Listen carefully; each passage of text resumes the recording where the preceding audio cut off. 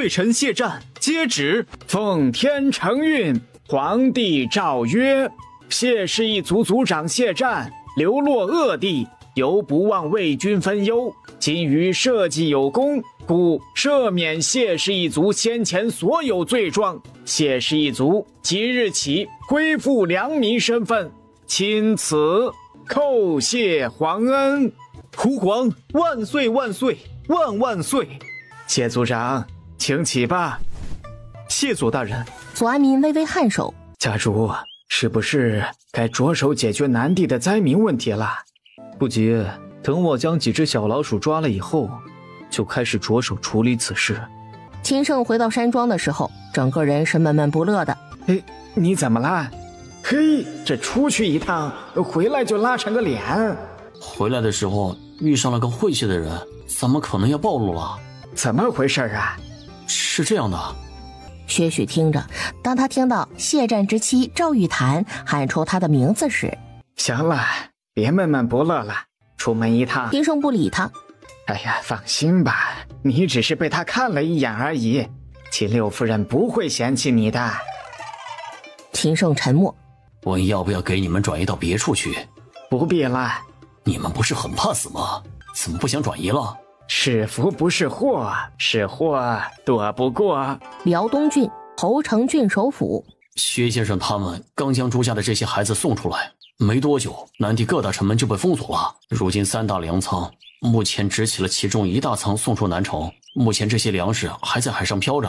哎呀，闺女这桃子摘得有些大呀。朱氏一族一共送出来多少孩子？11人。吕宋离让人去请秦衡，晚点他和秦衡一起去见一见那些朱家的孩子。爹，咱们这个新帝也是命好，回回肚子一饿都有人喂饭给他吃。他这个样子搞，名声好不了。不听皇帝了，刚才周达说南地封锁了各大城门，薛先生和秦胜刚到南地，就将朱氏一族暗藏的粮食一锅端了，这不是小打小闹，被察觉是难免的。谢战又不傻，对吧？加上此前前往南地的钦差是左安民，谢战让人封锁南地各大城门，太正常了。那怎么办？这情况不会被谢战瓮中捉鳖吧？女婿以罪臣的身份出现在南地，终归不妥。爹不用担心，问题不大，谢战奈何不了他们的。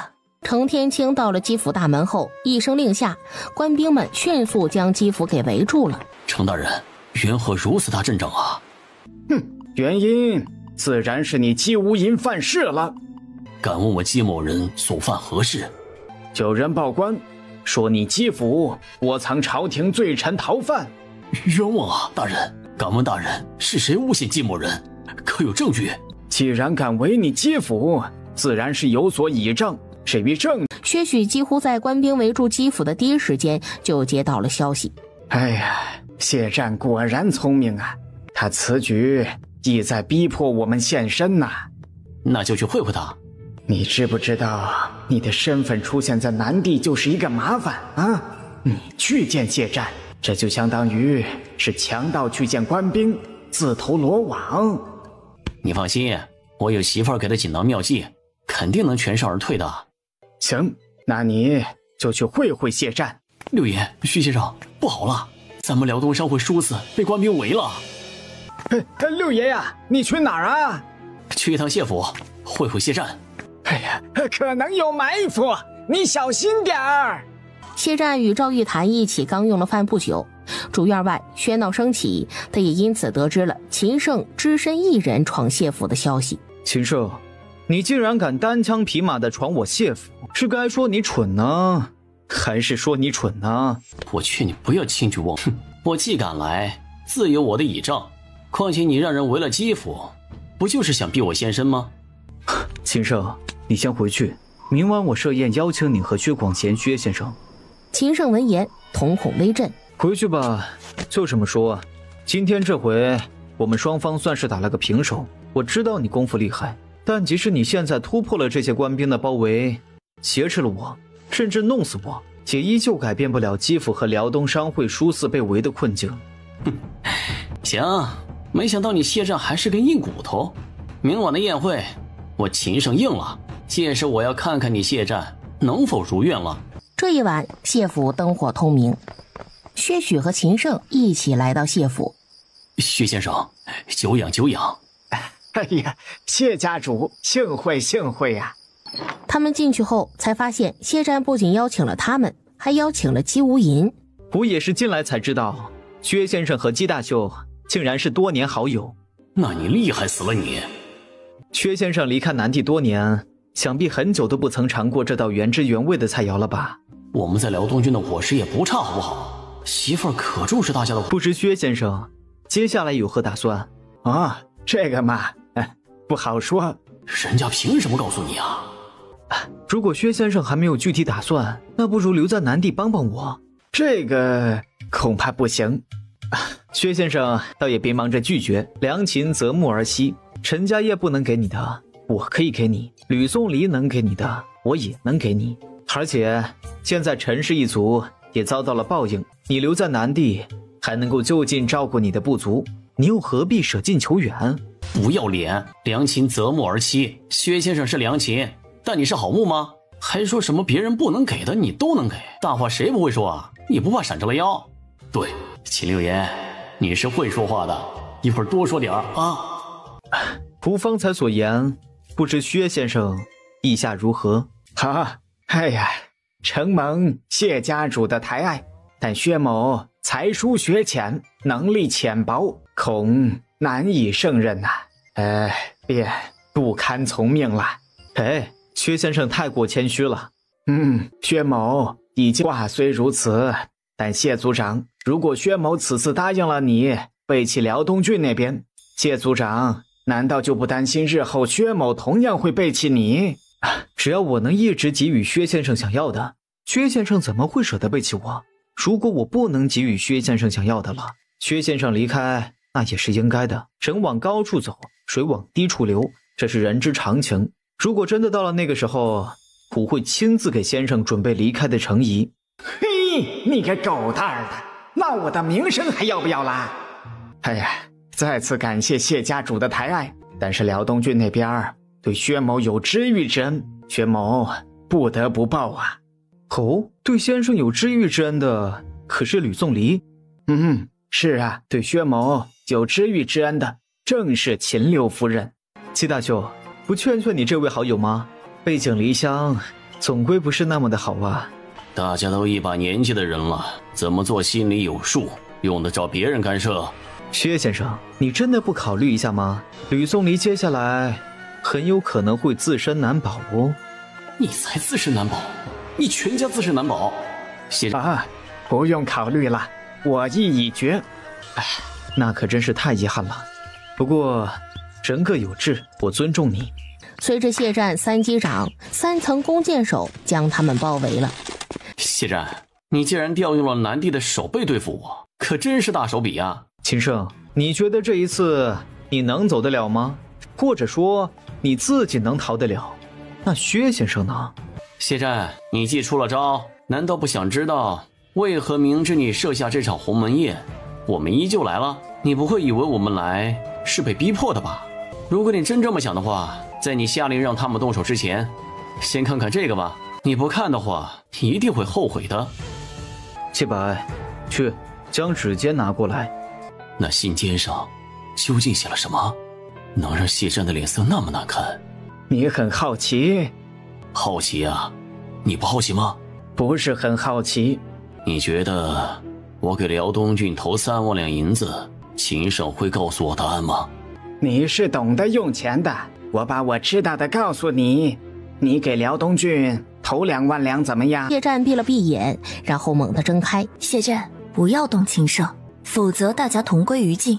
我吕宋离从不打诳语，秦胜以罪臣身份私自南下，是藐视王法没错，但你们谢氏一族豢养私兵罪名更大。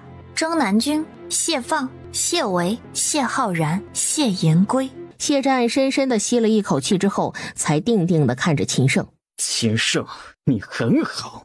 吕宋离送我的礼物我收到了。那你喜欢吗？这罪也太多了，这是要将人往死里打罪呀。幸亏谢战没有心急，有心急的话都要被他气得吐血了。喜欢？那你现在知道该怎么做了？放他们离开。家主，发生什么事了？那张纸笺上究竟写了什么？竟然让家主的态度转变如此之大，放他们走了的话，可就功亏一篑了。我说让他们走。谁说我们要走了？我来说吧。好吧，薛先生请说。我们只有2个条件：第一，谢家主将围着基辅的官兵撤走，以后不得再以莫须有的理由为难姬家。这个没问题，我可以答应。第二，开放城门，并允许我们运走一批从姬氏购买的粮食。谢战没有说话。谢家主，扪心自问，我们这个条件并不过分。平心而论，咱们双方的交手已经结束，在南地这场乱局中，各凭本事，各有胜负。老不死的，不愧是你啊！明明是来摘人家谢战的桃子的，却偏要往自己脸上贴金，说什么各凭本事，说的那桃子像是无主的一样。谢战听到这话，心里怕是气得要死了吧？此次较量结局已定，谢家主不必耿耿于怀。如果谢家主实在介怀，咱们下次再做较量便是。而谢家主接下来应该是协助官府重整南地了吧？如果你非要让我们留一条尾巴在南地，秦六夫人会非常关注南地的，可不保证会发生什么事哟。前面2个条件我都可以答应，但是你们必须将辽东商会的书肆也一并撤离。行，但是谢家主得赔偿我们一笔钱。原因？你让辽东商会书肆撤出南地，这相当于买断我们辽东商会书肆的前景。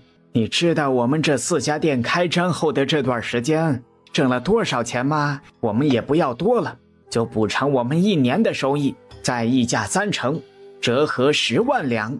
谢战答应了，并决定这笔钱由陆家来出。是夜，谢府这时一道穿着夜行衣的人影出现在他面前。你来了，随便坐吧。这次急召我有什么事啊？你这张脸，想办法在执行公告时回去吧。你做梦！不想给你自己惹祸，不想为家族招祸，你就按我说的来做。你突然提出这么一个过分的要求，总得让我知道发生了什么事吧？谢战只得将事情的原委道出。谢战，你可真是好样的！翌日，人们发现辽东商会书肆的官兵终于撤走了。你们要关门了？这才开张几天呢？你们这书肆生意这么好，怎么就经营不善了？是不是有人逼迫你们呢？是不是你们卖的书本纸张定价太低了，然后入不敷出了？吴掌柜啊，你把价钱调高一点啊，这好歹让书肆能够经营下去啊，我们都是可以接受的。是啊，适当调价我们可以接受的，不要关店呐。南地不太友好了，我们要回辽东郡去了。咱们这外来的商人斗不过本地的坐地虎啊，以后要是像这回一样，不时被官兵围上一次，对书肆的名声伤害太大了，不知道的还以为我们书肆干了啥违反法律的事情呢。之前书肆被围的时候我就说了，肯定是陆氏捣的鬼，就是为了排除异己。确实啊，陆氏和官府的关系那是非常紧密的。陆氏还有脸这么干呢？他家的东西卖得死贵。吴掌柜，你们走了，那我们以后是不是都买不到这么便宜的书籍和纸张了？其实血光纸在咱们辽东郡更为便宜，我们大老远的运来这里，成本增加了，价格自然就会贵一些。有多便宜啊？1刀10文。这是真的还是假的？我去，哎呀，这个陆氏真是不做人呐！陆氏奸商。那书本呢？你们的书在辽东郡当地是不是也很便宜啊？那是当然了，大家挑一挑选一选吧，机不可失，失不再来。咱们店里的书籍纸张，这回真是亏本卖给大家了。陆家的主事者找到五人，要求他立即关店。可是我们店里的东西还没有处理完呢。我给你们1万两，东西你们自己带走。那当然没有问题了。翌日，辽东商会书肆东南西北城的4店开始免费送老客户书籍以及文房四宝。诸位，咱们这次真的是要关门了。我想去辽东郡了。可是咱们南地文风还鼎盛些，辽东郡听说那边连识字的都不多，府学啥的都是摆设，废弃不用的。各位，我们辽东郡侯城筹备的书院很快就会建成了，我们的父母官辽东郡郡守吕德胜大人将成为我们书院的名誉山长。吴某在此欢迎各位相公前去游览参观。啊，吕德胜是那位与先帝及3位山长铭刻于3绝碑上的吕大人吗？对，就是他。各位，咱们青山不改，绿水长流，吴某在辽东郡恭候各位。吕德胜啊，那确实。侯城郡守府，闺女啊，咱们这位刺史大人真是越来越难打交道了。爹，您累不累啊？我给您捏捏肩吧。闺女，你别这样啊，爹害怕。没事儿，闺女好久没孝敬你了，去泡一壶大红袍来。哎呀，连那仅剩的2两大红袍都舍得给我泡上一壶，哎呀，我更加害怕了，有没有？真香啊！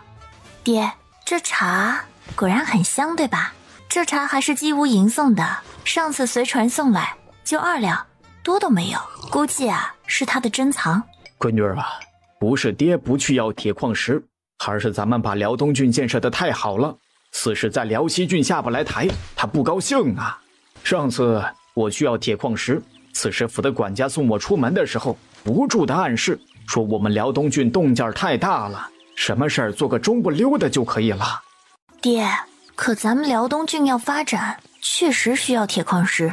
那些铁矿石熔成铁水，打成农具，以适当的价格卖给老百姓，可以让老百姓种地的时候事半功倍。闺女啊，朝廷对咱们身正不怕影子斜，他要是怀疑，就让他派人来查。对，我们就是这么有底气，不怕查。爹，女儿听过一句话，当官不与民做主，不如回家卖红薯。那石涛自己尸位素餐，却不允许您做出成绩，真是太可恶了。爹，这石涛不行，您来当这个平州刺史怎么样？闺女啊，你刚才说什么了？爹，你又不比那个石涛差，一个区刺史之位，难道还当不得？那确实，我又不比石头差，比他强多了好吗？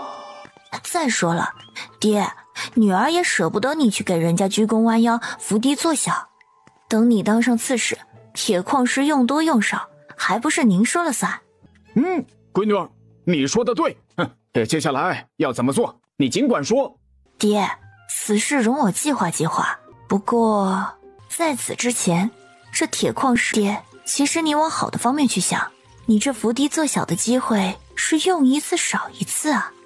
在诡辩歪理方面，他谁都不服，就服他家闺女。这一次您去刺史府，顺便带几台打谷机和几套农具过去。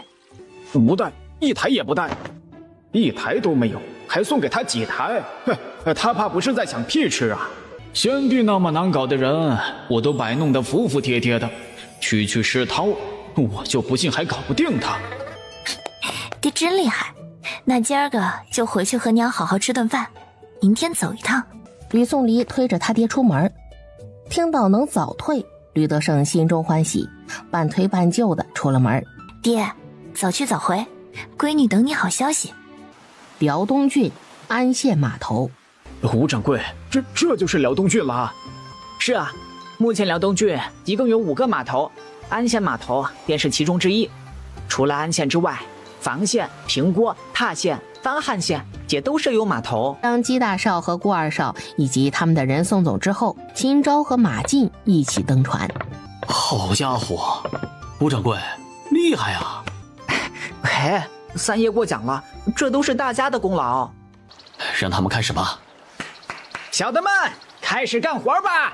秦昭拉着五人和他打听了一下秦胜的情况。五人这会儿有时间，就和他唠了一下这次去南地发生的事儿。秦昭是越听越啧舌呀。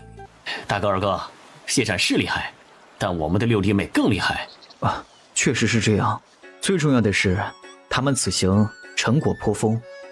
要知道，如果没有6弟妹的谋划，这些粮食和银子估计大半都得落入谢战口袋里的。没错，你们还忘了一点，谢战背后还隐约站着那位。六弟妹这一招可谓是虎口夺食，勇得很呐。哼，朱氏最是无辜，陈氏算是势胜师辈，反受其害。陈氏一族在那场山洪中折损了族长，还有核心画事者，很可能陈氏当家做主的那位七爷，对家族怎么走到这一步，至今都稀里糊涂的，最终被谢战所拿捏，仓皇如丧家。在这一局，新帝被谢战利用了个彻底。呸！学人精。爹，不用在意。闺女啊，这谢战还真是百足之虫，死而不僵啊！现在谢氏一族是良民了，你也想想办法，让秦家恢复良民身份如何呀？爹，办法有的是，关键是那位在压着，不愿意让秦家恢复身份。晦气玩意儿！那我们就这样不管了？爹，你不用担心谢战，就目前而言，谢战和我们算是各有优势。小五，我们这次在南地取得如此大的成果，接下来你要忙的是找个由头庆祝一下。五人很快就找到了庆祝的由头，庆祝的由头就是辽东商会大楼落成之喜，庆祝的地点就放在天水新村。吕大人，秦六夫人的。秦家目前还是处于戴罪之身，她竟然被称为六夫人，难道是因为她的身份吗？哎呀，大家别客气啊，都入席吧啊！吕松离端起了酒杯，笑着看向众人。各位，近段时间南地混乱，此次我们辽东商会在南地取得重大成果，以薛许薛先生、五人武总管等为首的南行队伍，一共在南地挟取了价值大约200万两的银两。除了南行队伍，咱们在场的每一位都是有功者。等这2日功劳核算完毕，后续奖励会按照功劳大小陆续发放，大家敬请期待。现在我敬大家一杯，希望大家在将来的日子里继续努力，砥砺前行。于颂离说完，便将杯中的酒一饮而尽。你们秦六夫人说的对，如今辽东郡就是咱们的栖身之处，大家一起努力，将辽东郡建设得更好。这一日，郡守吕德胜在郡守府约见了侯城富户地主。咱们吕大人不会是又缺钱了吧？可是侯城一切都欣欣向荣的呀。哎呀，你傻呀啊！就是侯城欣欣向荣，所以吕大人才缺钱的嘛。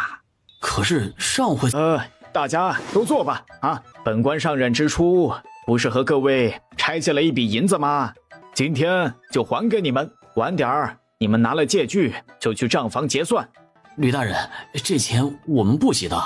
其余人瞪向那个说话的，他不急着钱用，可是他们急，行了吧？客套话少说啊，就按本官所说的来吧。那就多谢吕大人了。那就多谢吕大人了。不用谢，这是你们应得的。哦，对了，蓝炳荣可在呀？大人，小的在。听说你家的地很多？是的。辽东商会那边决定借你10台脚踏打谷机，你要不要啊？要啊，当然要啦。那行，那你就回家准备接货吧。哎呀，多谢大人。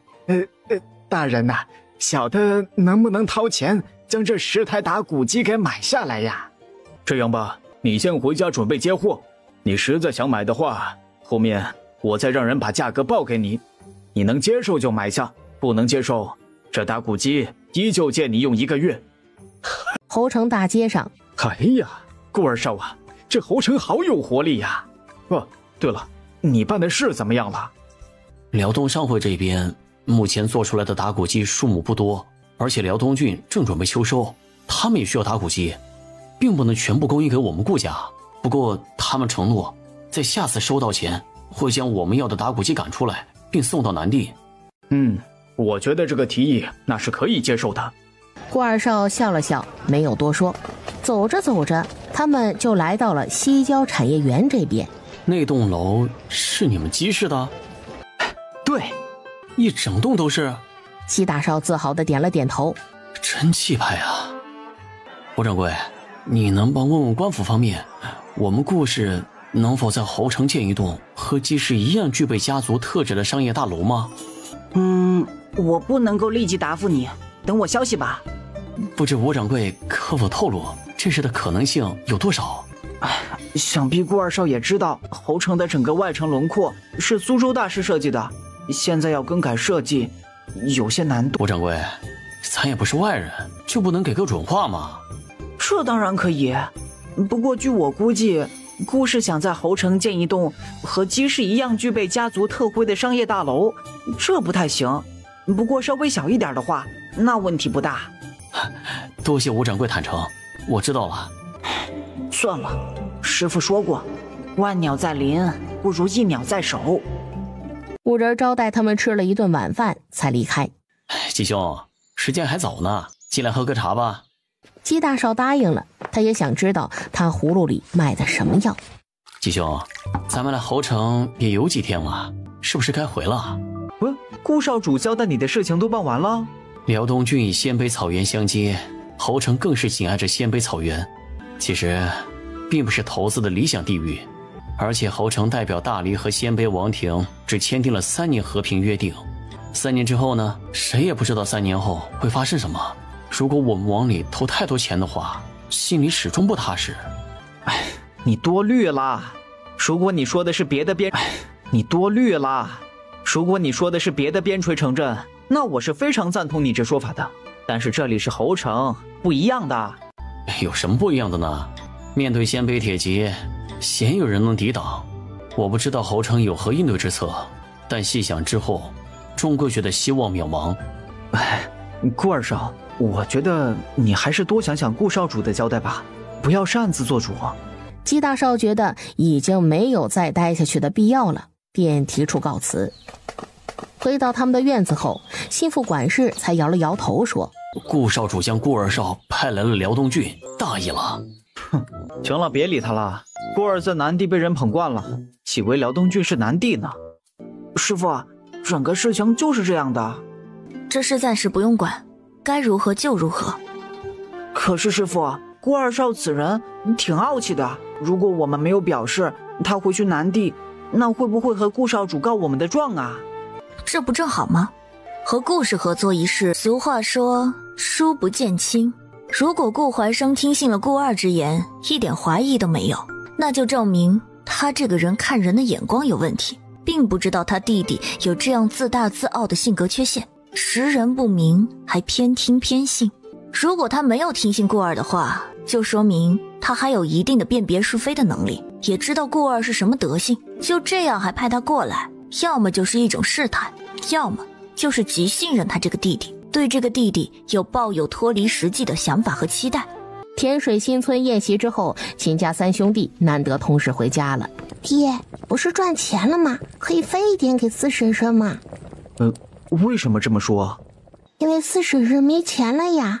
现在4堂弟和7堂弟可惨了，以前很容易就能得到的东西，现在都要干活才能得到，而且最好是兄弟俩相互配合完成的才快，要是不配合是很浪费时间的。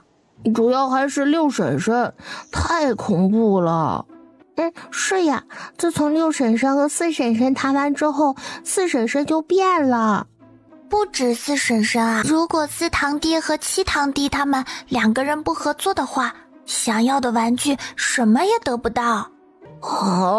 咱们家怎么那么穷啊？没办法，你爹和几位叔叔伯伯婶婶都是很努力，才能养得活你们这些小家伙的。太辛苦了，为什么就不能直接报复呢？想法很好，我们不能直接报复的原因，大概是财神爷拿我们当外人。有道理，财神爷拿你当外人，拿6叔叔当内人。我看你小嘴会叭叭的，要不要爹把你送给吕叔公，让你继承他的衣钵算了啊？吕颂离回来的时候，正好听到他们的对话，不由得忍俊不禁。6婶婶，你笑什么呀？我有说错吗？你说的没错，很对，关键是你不能拉一个踩一个，往你亲爹伤口上撒盐。是吧？爹。长安皇宫，辽东郡要办书院，吕德胜在折子上说，请他题字。皇上，这吕大人还是很有眼光的，您不如就给题一副。呸！马屁精！行，就依张爱卿所言，来人，笔墨伺候。没多久就写下了辽东书院4个大字儿。哎呀，好字儿啊！的确是好字啊，真乃龙蛇飞动，笔走游龙啊！等墨干了之后，让下面的人600里加急给吕德胜送去。他刚留2位大臣一起用过午膳，内侍就匆匆来了，一脸的惊骇莫名。皇上，不好了！大胆！圣驾面前休得胡言乱语！奴才该死，奴才该死！行了，说说何事惊慌？皇上，南阳地龙翻身了！什么？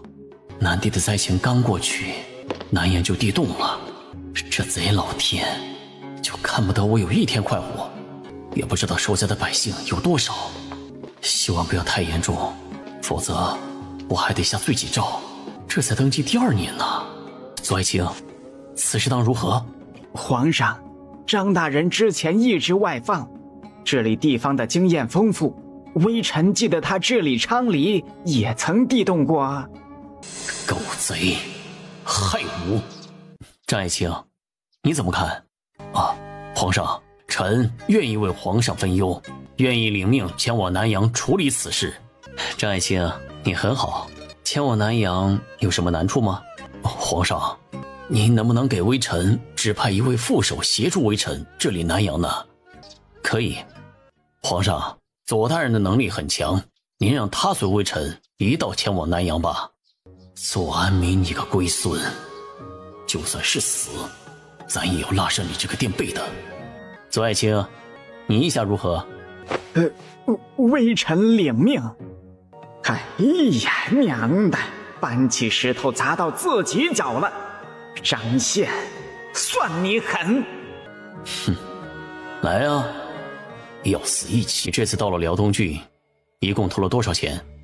只意思意思，买了1万两的东西。季大手呢？大概花了多少钱？他呀，大概花出去7、8万两吧。啪！顾怀生忍无可忍，直接甩了他一个大巴掌。大哥，你自作主张！你可还记得出发辽东郡之前我是怎么交代你的？大哥，我记得，只是辽东郡那边太淡忘我们故事了，我不甘心。你懂什么？废物，就不该对你委以重任。大哥，我滚，给我滚出去！这一日，顾老家主和谢战2人单独在茶室里谈了半天。祖父，谢战和你谈了什么？竟然谈了半天。怀生啊，你觉得此时我们顾氏该何去何从？祖父，你之前的想法不错，至少让顾氏多了一个选择。可惜二弟把事情搞砸了，也怪我不该想当然。我知道了，你倾向于选择辽东郡。确实如此，谢战的手段太狠了，而辽东郡那边的势力能力不下于他，再加上在谢战和辽东郡之间，我更倾向于辽东郡。杰无银的眼光确实不错，可谢战他有一句话说得很对，我们加入辽东郡阵营没有优势，顾氏在南地经营多年，是名副其实的地头蛇，去了辽东郡，一切都要从头开始不说，还很明显被人捷足先登了。这也没办法，谁让我们落于人后了呢？上天对于占据先机的人，回报都是丰厚的。可咱们顾氏本就不如姬氏在辽东郡得怜，你二弟这次过去就得罪了那边。我觉得二弟莽撞，这事儿也不是不可补救。怎么补救啊？我寻思着让我们顾氏一个画事者带他再去一趟辽东郡。去辽东郡？是你去还是我去？怀生啊，你信不信只要咱们顾氏的人一登船，谢战就会对顾氏出手？这事谢战确实做得出来。这段时间谢氏和陆氏联手，双人都是有敌我内外之分的，既然选择了做人家的敌人，就不要怪人家心狠手辣。顾怀生想了想，确实如此。最后一点，你有没有想过，在谢战拿下南地之后，我们要是撤出南地，估计都得舍弃小半家业呀。家主，故事投诚了，恭喜家主！恭喜家主，贺喜家主！家主，今天姬大少又登船北上了，他同时运出了一批香龙，我们的人根据车上的车痕判断，应当是黄金、白银等贵重之物。知道了。家主，我们什么都不做吗？不用管机事，也不必太去在意一时之得失，现在没有必要为了一个必走的机事对上你送礼。这时心腹族人拿着一封信匆匆过来了。家主，南阳地龙翻身。这大黎还真是多灾多难，南地的水灾。这是密信，请过目。哦，这回前往南阳主持赈灾仪式的正副主官竟然是张宪和左安民。家主，张宪成为主持南阳赈灾事宜的主官，面对如此艰难的局面，辽东郡那边势必不会不管，我们是不是有机会阴他们一手？先观望观望。侯城郡守府。嘿，这左安民真是又毒又蠢呐！我觉得他当时应该没有想到，最后会害了自己吧。哼，这玩意儿坑了张宪，也坑了自己。朝廷其他重臣怕是要开心死了，两个傻子赶上去啃最难啃的骨头，吃肉都没有那么积极。吕德胜继续往下看。娘爷，宋墨只给了这么点赈灾物资啊！爹，咱们不能怪他。要知道南地水灾，他不仅没有出粮食，还挣了上万两和一个金矿。这次南阳赈灾，愿意拿出这么多的粮食，说起来，咱们这位皇帝很好命的，登基以来遇到2、3次的大危机，都有人替他解决了。闺女啊，张宪的求助咱们怎么整啊？要帮他吗？又用什么法子帮他呀？爹，机会来了，这个忙我们肯定要帮。什么机会啊？立功的机会。闺女儿，是不是那个机会？吕德胜用手指了指辽西郡的方向。爹，派人前往南阳吧。好。吕颂离还没睡，正在整理近段时间的一些资料。黎黎，我回来了。你回来了。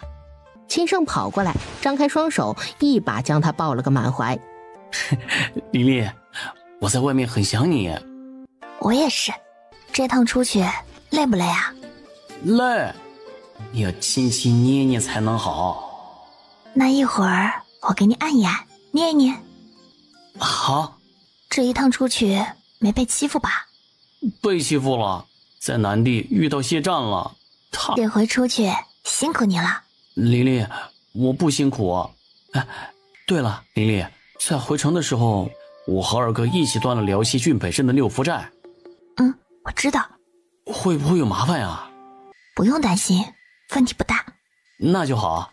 秦胜长臂一揽，搂着他的腰，两人双双就滚落榻上。什么时候回来的？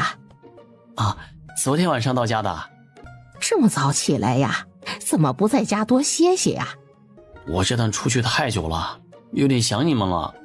将士拉着他一阵嘘寒问暖，吕德胜直接看不下去了，在一旁直哼哼：“哎呀，去前面衙门干活去，什么都丢给女儿，没你这样的啊！”岳母，岳父不是这样的人，一定是身体不适才多懒的。你不用替他说话，他就是懒。好你个浓眉大眼的臭小子，竟然敢给我家媳妇儿上眼药！你还不赶紧去批阅你的公文？还有啊，这段时间阿胜难得回来，你多干点活，让两个孩子多点时间歇歇。见过秦六夫人。姬少东家不必客气。你北上时，姬伯父身体还好吧？多谢秦六夫人关心。我北上时，父亲身体很健康。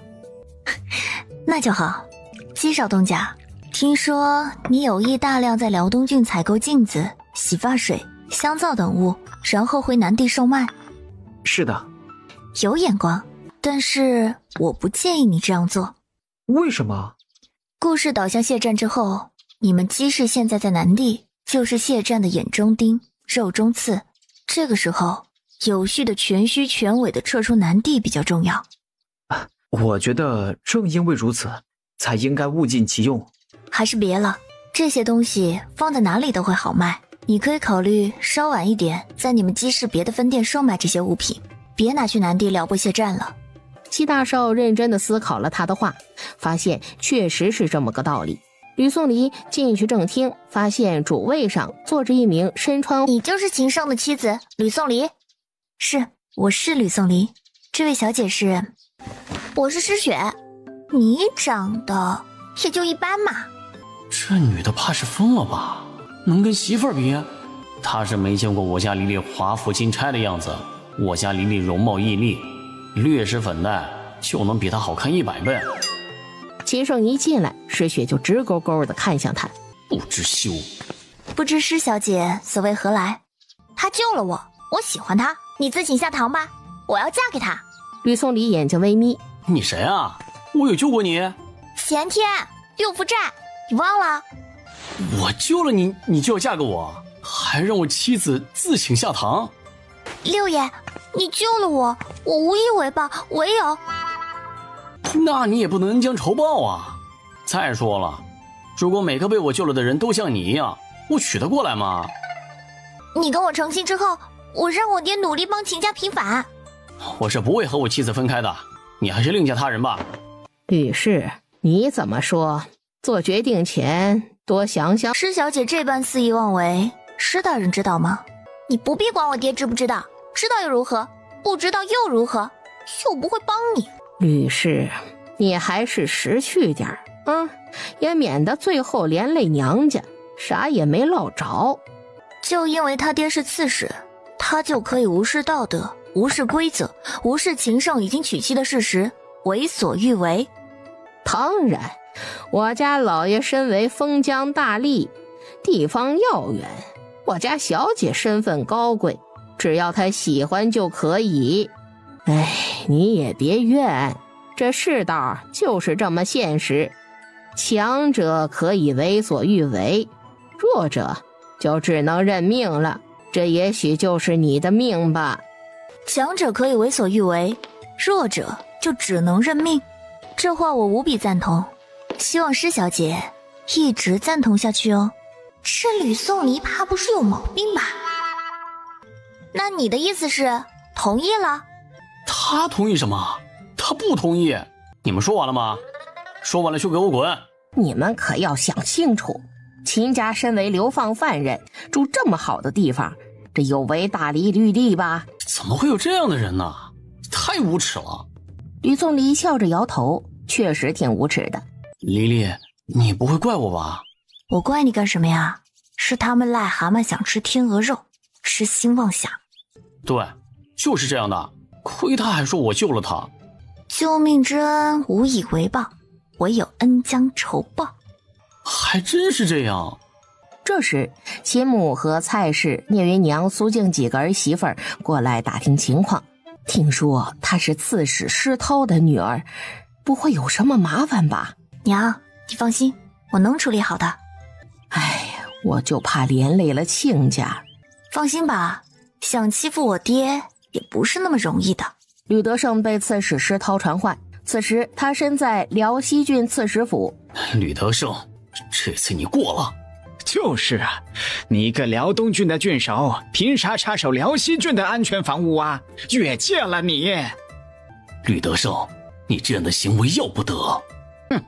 编，我看你怎么编。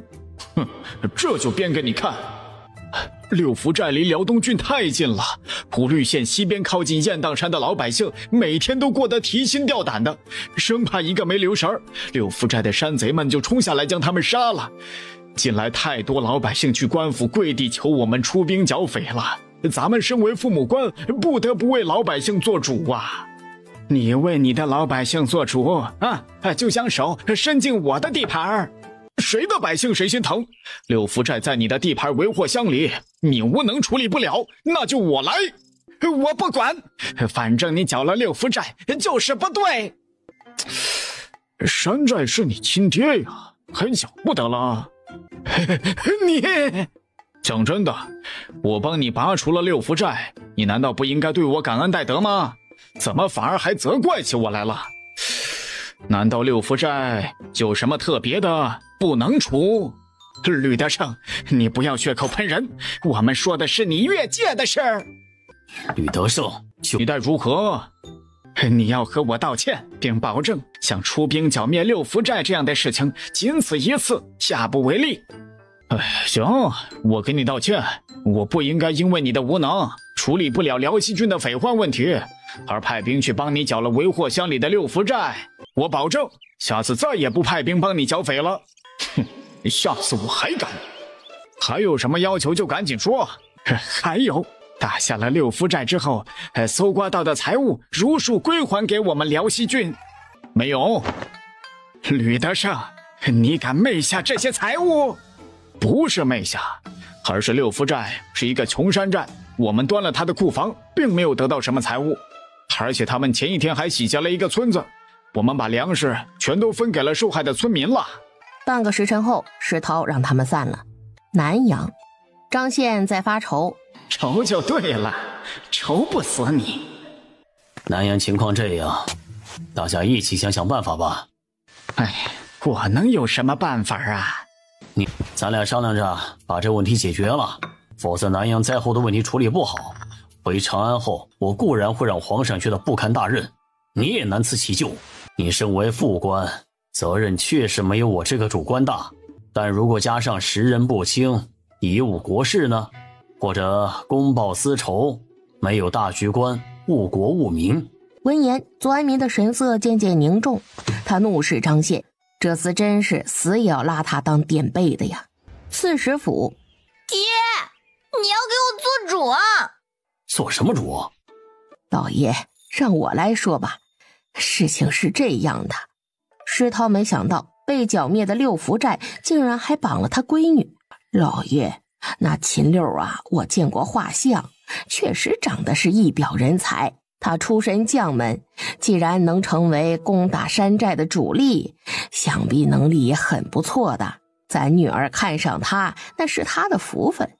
我还想着，如果这事儿能成，一来闺女报了秦六的救命之恩，二来有你帮衬，这秦家也能尽快平反，脱离流犯的身份，也不算是埋没秦家了。秦家在辽东郡的待遇，但是啊，这秦六和吕氏夫妻两人拒绝了。其实拒绝也就拒绝了，委婉一点也行，但他们一点面子也不给呀，竟然就直接将咱们雪儿给轰出来了，这也太过分了。我之所以这么生气，一来是他们太不识抬举了，二来由此也可以看出吕氏妇女对你这个刺史可没什么敬畏之心。爹，你帮我抻一抻那个吕德胜，教训他们一下。胡说什么？雪儿，你少说两句，你爹做事用不着你来指指点点。秦六不为所动，难道秦家其他人也不为所动吗？听雪儿说，秦家的女眷似乎都挺维护那吕氏的。是，就按我说的去做。也行。且说另一头，一见到自家丈夫，蒋氏就关心地问：你去刺史府没被刁难吧？放心，他们刁难就刁难呗。岳父，喝口热茶吧。你不对劲儿啊。哎呀，孩子孝敬你的，你就喝嘛，他是你女婿，孝敬你一杯茶，你难不成还喝不得了？蒋氏看他喝了，便说道：喝了阿胜的茶，你就不能和孩子计较了啊。这茶是彻底喝不下去了。说吧，你怎么了？秦胜乖乖的将失血的事儿说了。这事儿可不怪阿胜啊，他只是顺手将人救了，只是长得俊了点儿，有什么错呢？哎呀，你就宠他吧。这事儿还真不是我偏袒咱家阿胜，是那个失血不要脸，明知他都成亲了，还硬要扒上来，还要让咱们阿离自请下堂呢。我呸！闺女儿怎么说？闺女说：兵来将挡，水来土掩，这段时间你先顶着啊。谢柏将南阳的消息整理了一下，汇报给谢战。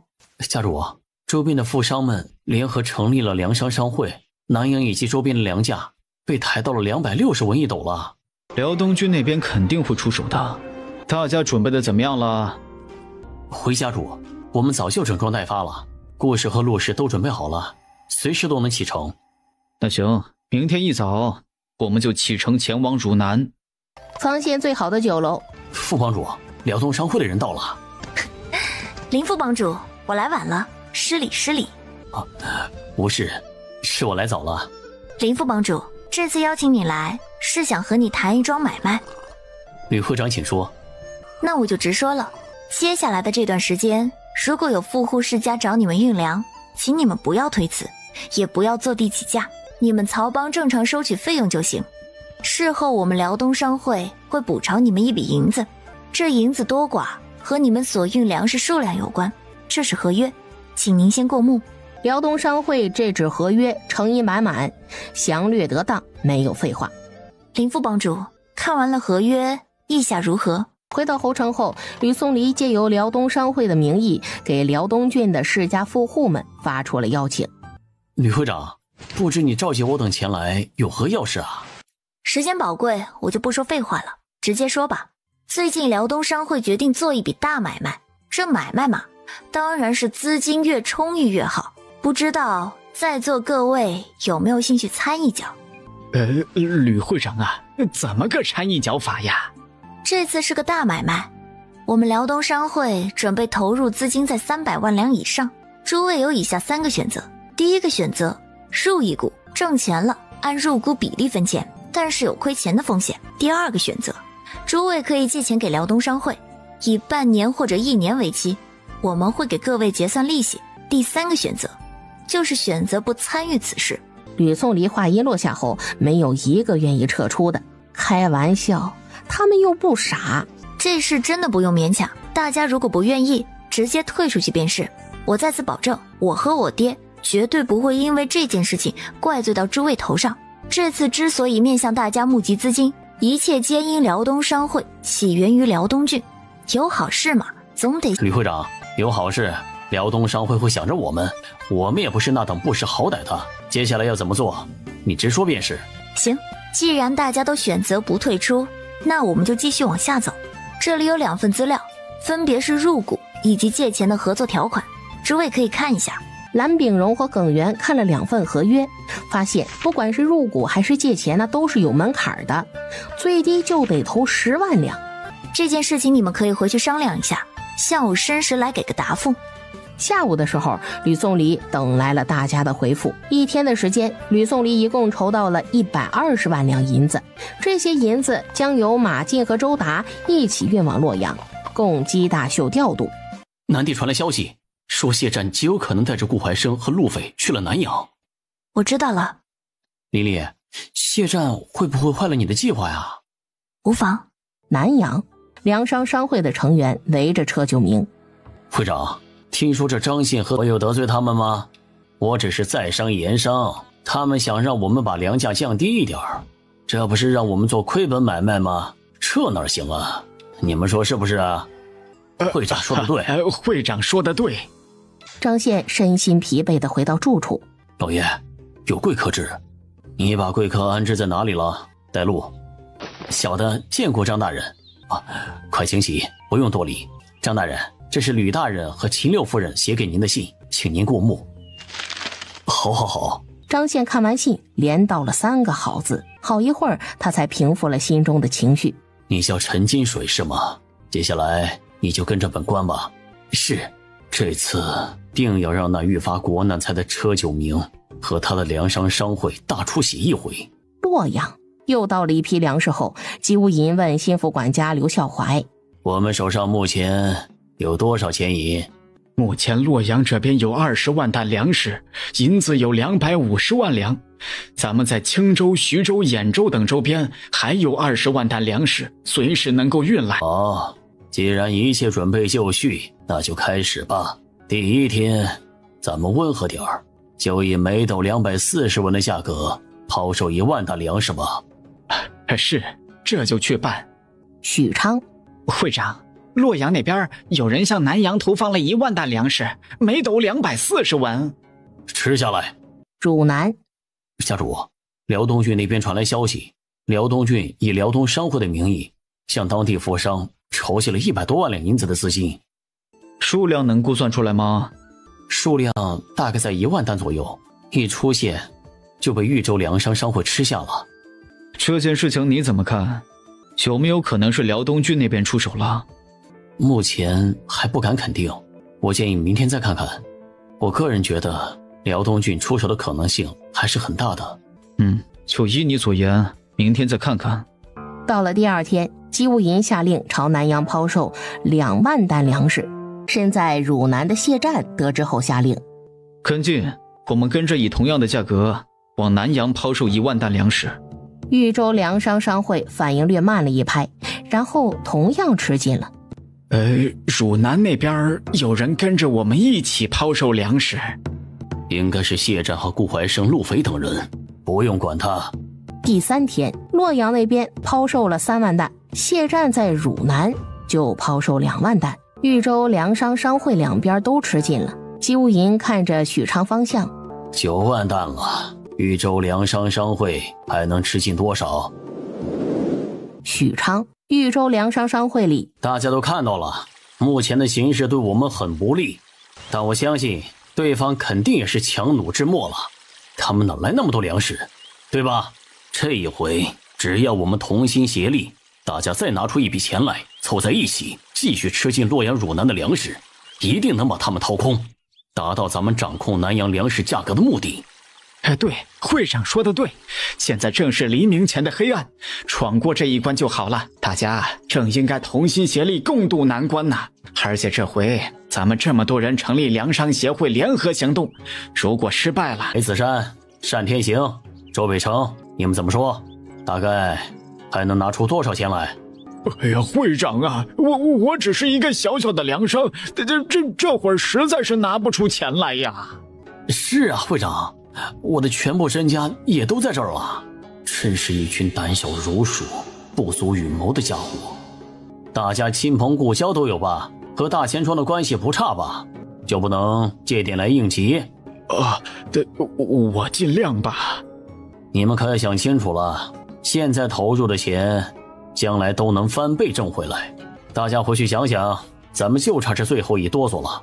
大家想想，这么长时间以来的努力，总不能让它白费了吧？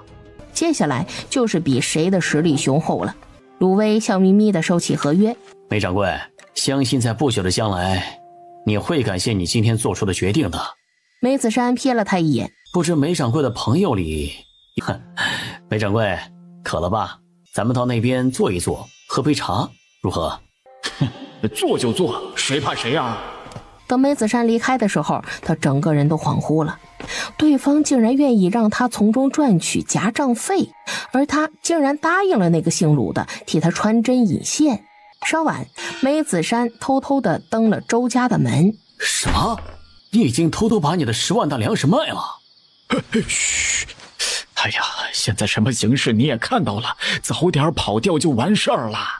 你跑得可真快啊，就是这粮价有点低呀。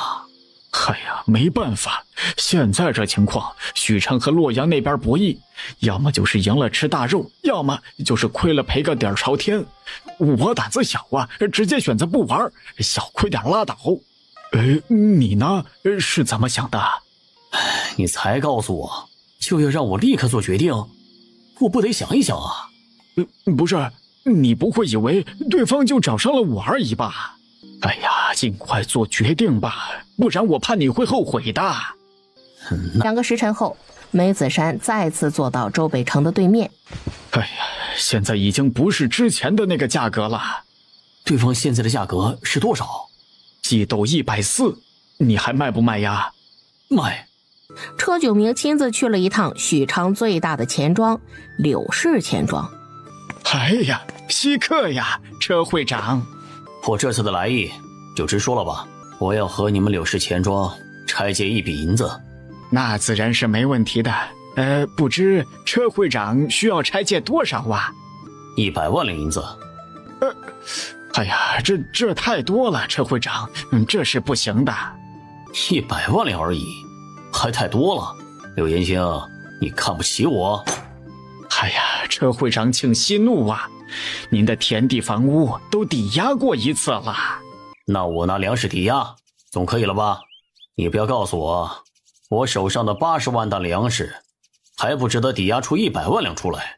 哎呀，如今粮价混乱，最终的落点在哪里？我们钱庄也不好估算。是粮食不值钱？再怎么着，我80万担粮食放在这儿，打底也值个180万两吧。哎，来，您先喝杯茶消消气啊，容我们钱庄这边商量一下。最终，柳氏钱庄答应借给车九明80万两银子，但是需要他用手上的粮食作为抵押物。双方拟定了契约。车会长啊，如果将来粮价不行，你手上的粮食会贬值。如果总价值低于80万两，我们有权强行没收，并且出售抵押物的权利。啰嗦。许昌，会长，我们赢了，洛阳和汝南那边没有粮食了。是的，我们赢了，险胜啊！确实啊，太险了，差一点我们就输了。多亏会长后面拿出了80万两。第8天的时候，车九明直接将1斗粮食的价格升到280文。洛阳，老爷，对方上钩了。不止上钩，车九明失智了，赌徒心态罢了。接下来咱们得好好帮他宣传一波了。是啊，汝南那边倒是跟得紧。不用管他。青州，接到洛阳来信，该我们行动了。吴掌柜，季少东家，你们这是在干嘛？两位贤侄啊，这是粮食吧？这是要运往哪里啊？哎呀，你俩也别藏着掖着了，有钱大家一起赚呐！回头伯父我赚了钱，给你们包个大红封。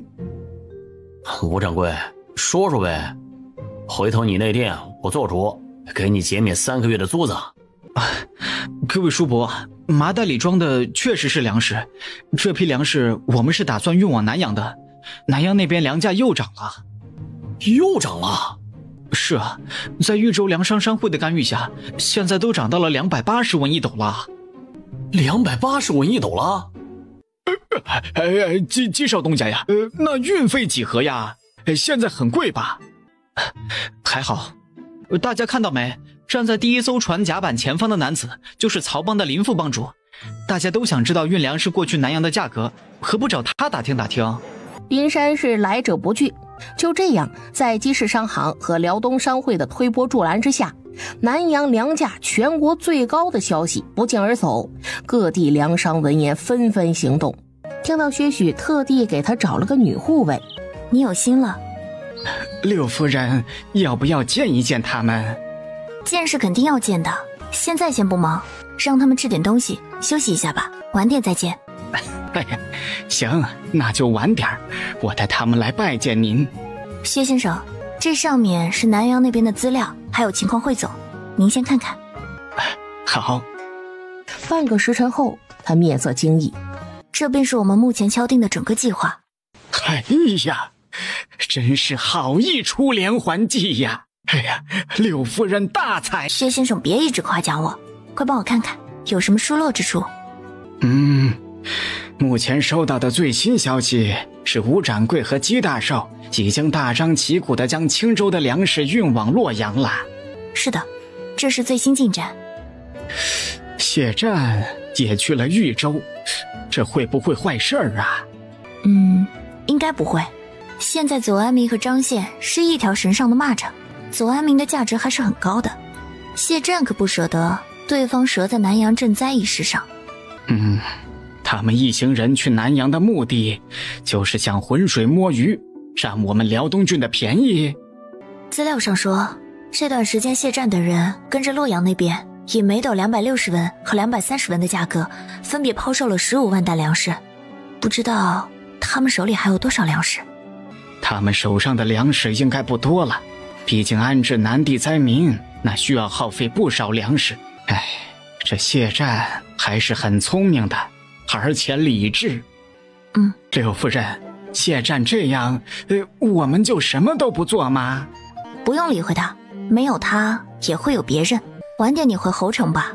薛许点头。石涛这边要给他找点事情，让他忙起来，正好没时间惦记我们辽东郡，省得他来给我们找事儿。这事儿我来安排。先前我命人张榜收了一批人才，回头看看有哪些能用的，都登记好了，等时机成熟就能派上用场了。好的，我知道了。还有征兵一事，也该准备起来了。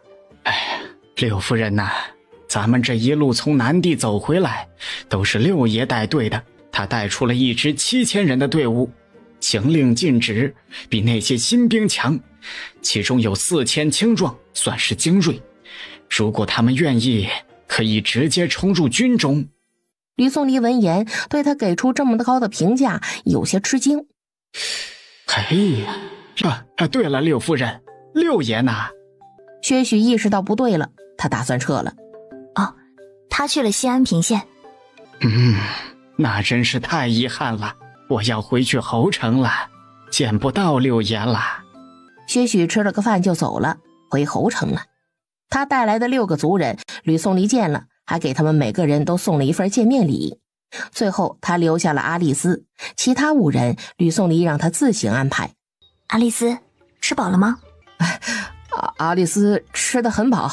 记得要吃饱，不要客气，不要饿着自己。可是如果我放开来吃的话，这一顿得吃掉好多粮食呢。没关系，放心吃吧，你是来保护我的。我呢，除了给你发工钱之外，还负责让你吃饱。你如果不吃饱，怎么有力气保护我啊？那我下顿就放开来吃。尽管放开吃。主子，我听你的。这就对了。秦胜刚回到吕宋离在平郭县的下榻处。三哥，你怎么在这儿啊？有活要干。媳妇儿有活干嘛不叫我干？三哥的活有我干得好。秦昭将他上上下下的打量了一遍。三哥，你干嘛这么看我？哼，看你长得俊呐。他刚才遇到薛许，他们6夫人为了给六爷和吕大人出气，都准备将刺史石涛给连根拔起了。他听了之后是既惊讶又佩服呀。那确实是的，我家媳妇儿以及2家的老太太都夸我长得好呢。罢了，我这辈子是没办法以美貌吃软饭了，但是儿子还有希望。三哥，你还有没有事啊？没事，我就进去了啊。你进去吧。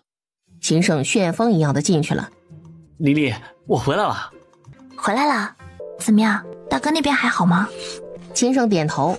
听说你从南地回了辽东郡，一路拉起了一支7000人的队伍啊。丽丽，你知道了？是谁？谁把我的惊喜给搞没了？之前在城门口就觉得那……是啊，你怎么也不告诉我？想给你一个惊喜。没关系啊，虽然我提前知道了，但是我还是很高兴的。丽丽，施家要倒霉了。快了。豫州、许昌、车九明等人的存粮不断的运往粮店售卖，晚上他们再将大把的银钱装在箩筐里带走。梅兄、周兄，你们俩要不要运一批粮食到店里来？会长，我们不着急，看这架势，粮食价格应该还能再涨涨。对的，部长，你的粮多，先出掉一部分没关系，但我们粮少，还想再等等。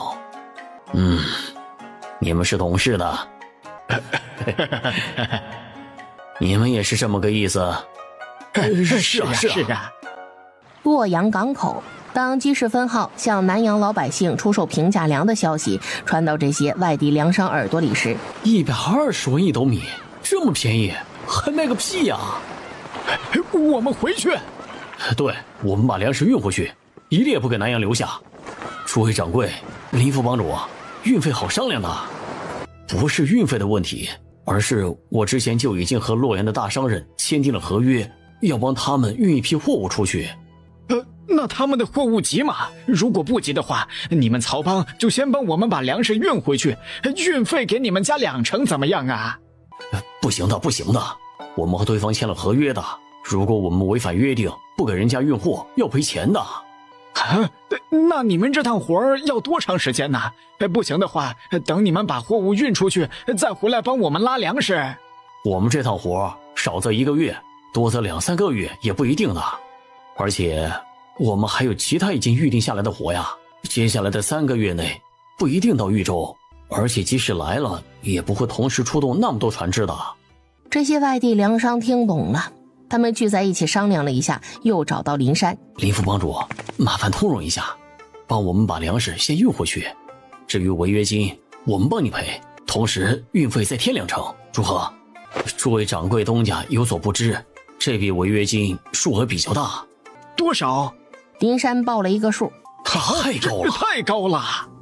走，我们去找别的船，帮我们把粮食运回去，并不是只有曹帮有船。对，我老李就不信了，没了他张屠户，我们还得吃带毛的猪了。对呀，大不了咱们走陆路回去。哎呀，不行啊，我的粮食太多了，小船搞不定啊。第二天，车九明发帖子邀请外地粮商，说要号召大家聚在一起商量对策，解决目前的困局。狼行千里吃肉，这没错，大家千里迢迢运粮食过来，都不想亏损，对吧？偏偏洛阳有根搅屎棍，让大家都赚不到钱。诸位，只有解决了鸡市那根搅棍，咱们才能不亏损。怎么解决呀？总不能打杀了人家吧？现在只要大家团结一致，一起把银子拿出来，买空鸡市的粮食，后面我们再把粮价抬起来，大家都能赚到钱，否则大家都得亏钱。大家不要怕，我们是完全可以做到的。我手里还有60万两银子，诸位前来南阳也是带着银子的吧？大家的银子加起来多的不说，200、300万两肯定是有的。这笔银子足够买空鸡市的粮食了。大家知道鸡市分号昨儿个一共投放了多少粮食？5万担，今天又投放了5万担。前面我们豫州粮商商会还吃进了对方40万担，大家可以想想，鸡市手里还能有多少粮食？听到此处，陶旭扭头就走。我信你个鬼！糟老头子坏得很，粮食都没卖出去，又惦记上我们兜里的银子了。见他走了，和他交好的青州粮商连忙跟上。怎么走了？车九明这是想将咱们拖下水呀。我觉得他说的有点道理。哼，一群乌合之众，你真以为能成事啊？而且车九明半句没提辽东商会，我不知道他是没查清鸡市商号和辽东商会已经联手一事，还是故意不提，都不是好事。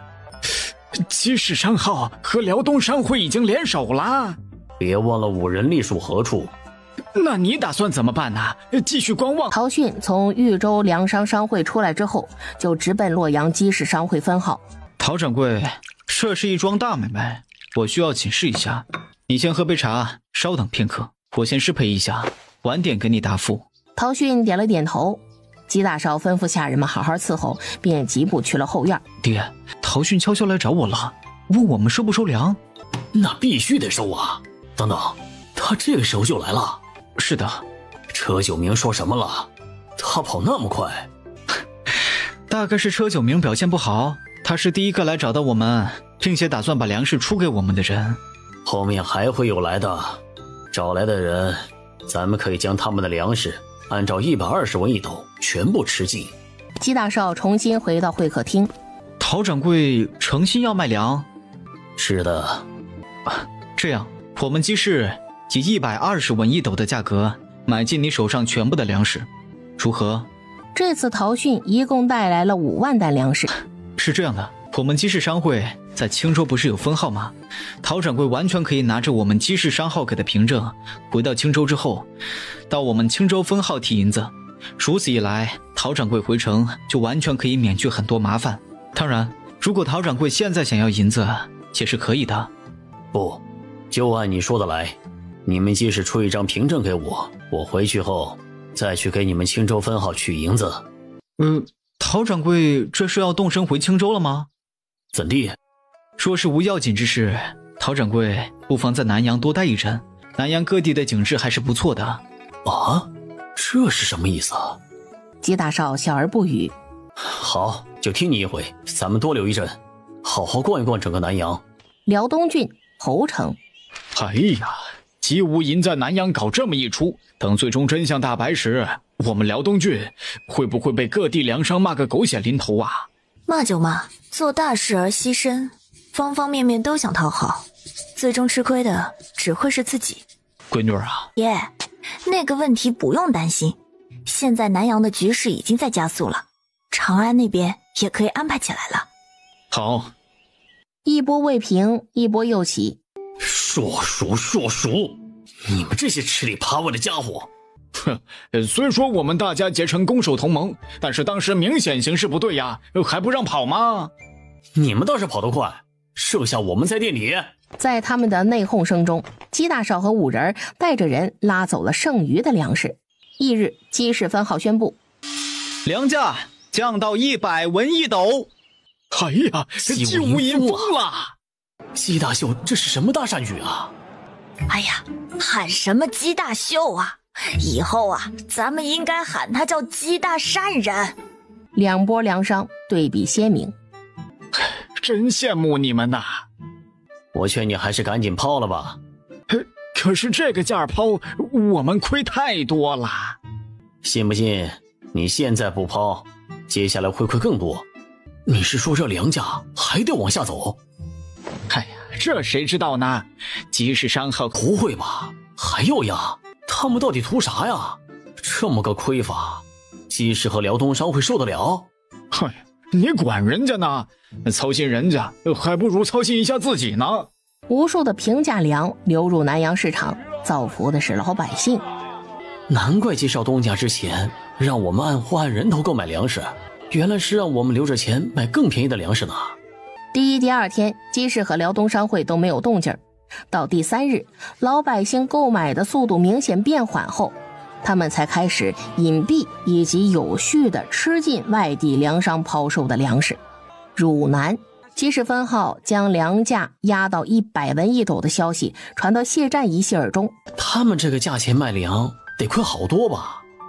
其实他们并没有亏损太多。据说粮商商会和辽姬联盟的博弈已经趋近尾声了。姬辽联盟应该在吃进粮食了，不然各地粮商是没有办法出货那么快的。家主，咱们要不要跟上？可以跟上。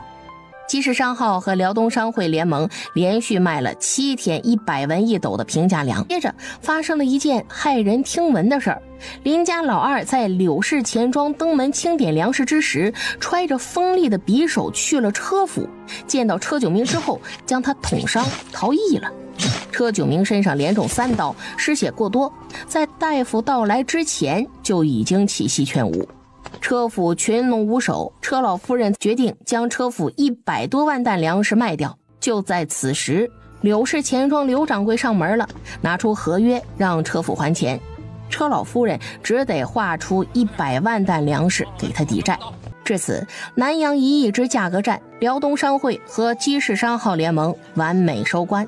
南阳的老百姓们都以史上最低的价格买到了一批粮食储存起来。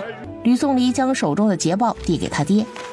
是啊，南阳那边已成定局，姬无影已经返程，五人和姬昌年会在南阳再逗留一段时间。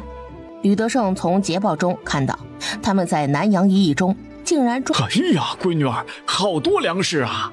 不多，这一次我们动用了不少人力、物力和财力，有此硕果是我们该得的，而且我们还需要支付给曹帮一笔银子。确实应该给，这次真是多亏了曹帮的配合呀。南阳势必接下来就看长安那边了。张宪回到长安，第一时间就上了请功折子，将头功推给了吕大人。后面多亏了吕大人来信，为微臣出谋划策，南阳的粮价才能在这么短的时间内平稳下来。现在南阳的粮价实行按户限购方案，每斗粮食才100文，这个粮价乃大黎最低，并且姬氏商号承诺这个粮价会持续到来年夏粮下来。皇上，微臣以为南阳赈灾一事中，吕大人应居头功，负伤姬无影亦有功劳，请皇上论功行赏。皇上，臣以为姬氏商号和辽东商会此举乃世人与民之嫌，不可依张大人所言，再行重赏。皇上，张大人乃此行赈灾的主官，居首功者应当是张大人才对。另外，左大人应居次功。对呀，张大人太谦虚了，他也是有大功劳的。是极啊！皇上，臣认为有功者赏，有过者罚，兼顾公平公正才是正理。吕大人为皇上安定了南阳，实在不应事后鸡蛋里挑骨头，意图抹掉有功者的封赏。有功不赏，不仅令立功者寒心，也会让旁人心凉。姚大人所言甚是，这功劳该谁的就是谁的。你们不用打着为我好的名义，却一再罔顾我的意愿。我张宪话就放在这里，不属于我张宪的功劳，我不屑要。这吕德胜再往上升，就是刺史了，该把他放在哪里合适呢？近来地方并没有空出刺史的缺呀。行了，都给朕闭嘴！沈爱卿，你命人速速前往辽东郡确认此事。这次选秀后宫初开，世柔出来前喝了一碗甜酒冲蛋，那碗甜酒冲蛋有问题。此时他觉得自己脑袋有点昏昏沉沉的。小姐，您别太难过了，您这样，奴婢替您感到委屈。红袖，别说了。小姐，红袖是心疼您啊，皇上明显就是偏袒彭秀女，明明事实真相并不难查，里面的是非曲直一查便知，皇上不是那样的人。小姐，奴婢听说先帝还在时不是这样处理后宫纠纷的。先帝是先帝，当今是当今，这如何能比的？是啊，先帝多好的人啊，可惜驾崩的太突然了。先帝确实好。世柔不胜酒力，喝醉的时候自我克制力会变弱，此时被人刻意引导就上当了。他话里话外的意思都是皇上有眼无珠，不如先帝英明。不远处的宋墨脸色黑沉黑沉的。大胆贱婢，竟敢妄议皇帝，咱家定要治你们一个大不敬之罪。皇上饶命！最后宋墨为自己名声着想，没有立即处置了世柔。李洁英悄摸走了一趟慎刑司。彭秀毕竟是咱家那地儿出来的，给咱家一个面子，留他一命。说话间，李洁英递了一个荷包过去。李公公放心，这奴婢罪不重，咱们小惩大戒便是。临走前，李洁英和洪秀交换了一个心照不宣的眼神。平州刺史府，石涛在酒兴正浓之时，听闻一个惊天噩耗，自己前程大好的女儿被废了。庶子不堪与谋，这皇帝小儿刻薄寡恩，不如老皇帝多疑，得位不正，难怪登基后大力多灾多难。快，施大人喝醉了，把他扶进屋里。尽管他们反应很快了，但是雁过留声，蛇过有路，这事儿最终还是被宋墨派来平州的第二拨人知道了。宋墨得知后简直是震怒，施涛他怎么搞东郡？接到消息的吕宋黎笑着对他爹说道：爹，施涛要遭殃了。他这就要完蛋了啊！爹，您知道的，咱们这位皇帝心眼不大，施涛能力平平，他凭什么当上平州刺史？不就是凭他忠心吗？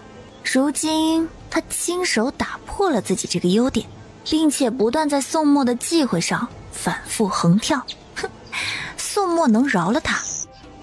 这石涛也真是作死啊，活了大半辈子了，自己什么酒量心里没点数吗？估计是人逢喜事太得意忘形了。施涛父女俩都是喝了酒控制不住嘴巴的人，这个弱点被吕宋黎反复利用。爹，恭喜你啊，要不了多久就要升任平州刺史了。这宋墨真就不同意让秦家平反？这事儿你得和女婿他们说一声。好。一日，奉天承运皇帝诏曰：自古圣贤治国，皆赖英才辅佐，自有能臣吕德胜，才德兼备，能力卓绝，经世致用。在任期间，励精图治，为君分忧，献策南阳，有功于国，得信于民者，实乃不可多得之能臣也。今朕奉天命，特此对其进行封赏，即刻起任命其为平州刺史，钦此谢恩。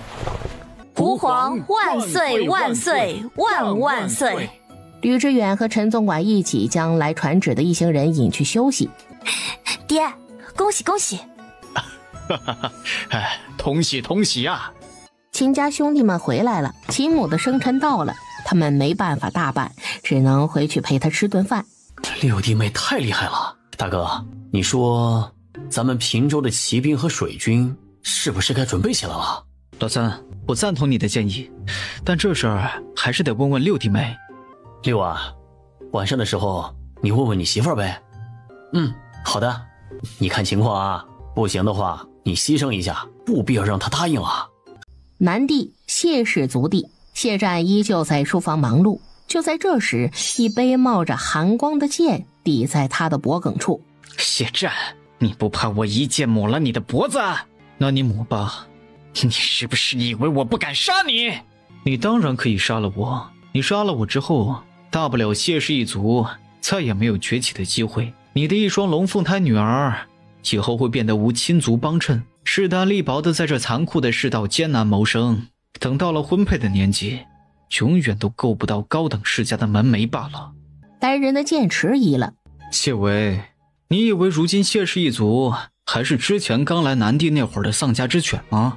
任由你来去自由，如果不是你的身份是我谢战的弟弟，你觉得你能轻易的就进我的书房？睁大眼睛瞧一瞧你干的好事，对我，你难道就没有什么话说吗？挺好的，五官没有被烧到，我是说真的，你只是没了张脸，而我却让他们两个都活了下来。我觉得你说的有道理，一张脸换2个人活，但是你凭什么让我作为牺牲者？因为你牺牲对整个家族来说损失是比较小的。你可真是冷血到让人发指，物尽其用，将人利用到了极致啊！我为你谋的好处你不喜欢吗？你最好记住你今晚的话，否则我将来不介意亲手取你性命。你放心，我不会辜负你的期待的。谢维懒得再费口舌。谢维，你这脸只是暂时的，等以后谢氏一族不再受人辖制，我定为你寻找天下名医治脸。齐母的生辰宴，他们将2张桌子合并在一起，热热闹闹的吃了顿晚饭。大哥、二哥、三哥，骑兵营和水军那边的事情，阿胜都跟我说了，我是极为赞成的。那我们准备征多少兵丁合适呢？征满。如此一来，粮草方面的压力会很大。我知道的，粮草的问题我来解决。既如此，六弟妹，我秦衡别的就不多说了，只一点，我们秦家必为平州带出一支强军。大哥，在平州上下都忙碌着春耕的时候，长安送来了一封加急的信件。这谢战成为岭南刺史了？哎呀，这太突然了，完全没有征兆啊！吕宋离眸色一深，进宫，让我看看他谢战究竟立了什么大功。吕德胜目光往下一扫，然后他眨眨眼，再眨眨眼，然后将信推到了吕宋离跟前儿。闺女啊，你看一看这信，我总觉得是我眼花了。爹，你应该没有眼花。谢战向皇上透露了一个消息，朱崖岛的水稻可以1年3熟。嘿呀，真是岂有此理呀！就这一个还没有完全确定的消息，皇上就给了他一个刺史之位，皇上真是太偏心了，太欺负人了。爹，咱不生气啊，生气啊不过就是拿别人的错误来惩罚自己。而且您且看着，宋墨这么干，有他后悔的一天。闺女啊，朱崖岛的稻子真能1年3熟？应该是真的。竟然是真的？那朱崖岛1年3熟，咱们这边才是1年1熟啊，种得再好也是赶不上人家呀。第二天一早，姬无银到刺史府见吕宋离。出事了，蜀郡锦城目前蜀锦价格大降，全城哀鸿遍野。出什么事了？你详细说。蜀郡锦城以蜀锦闻名，另外还有云锦、苏锦、壮锦与之齐名。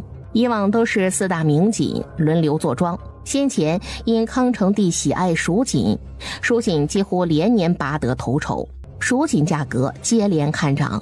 变故就发生在最近，蜀地当时有小道消息称，皇后喜苏锦，不喜蜀锦，今年的贡锦要换成苏锦了。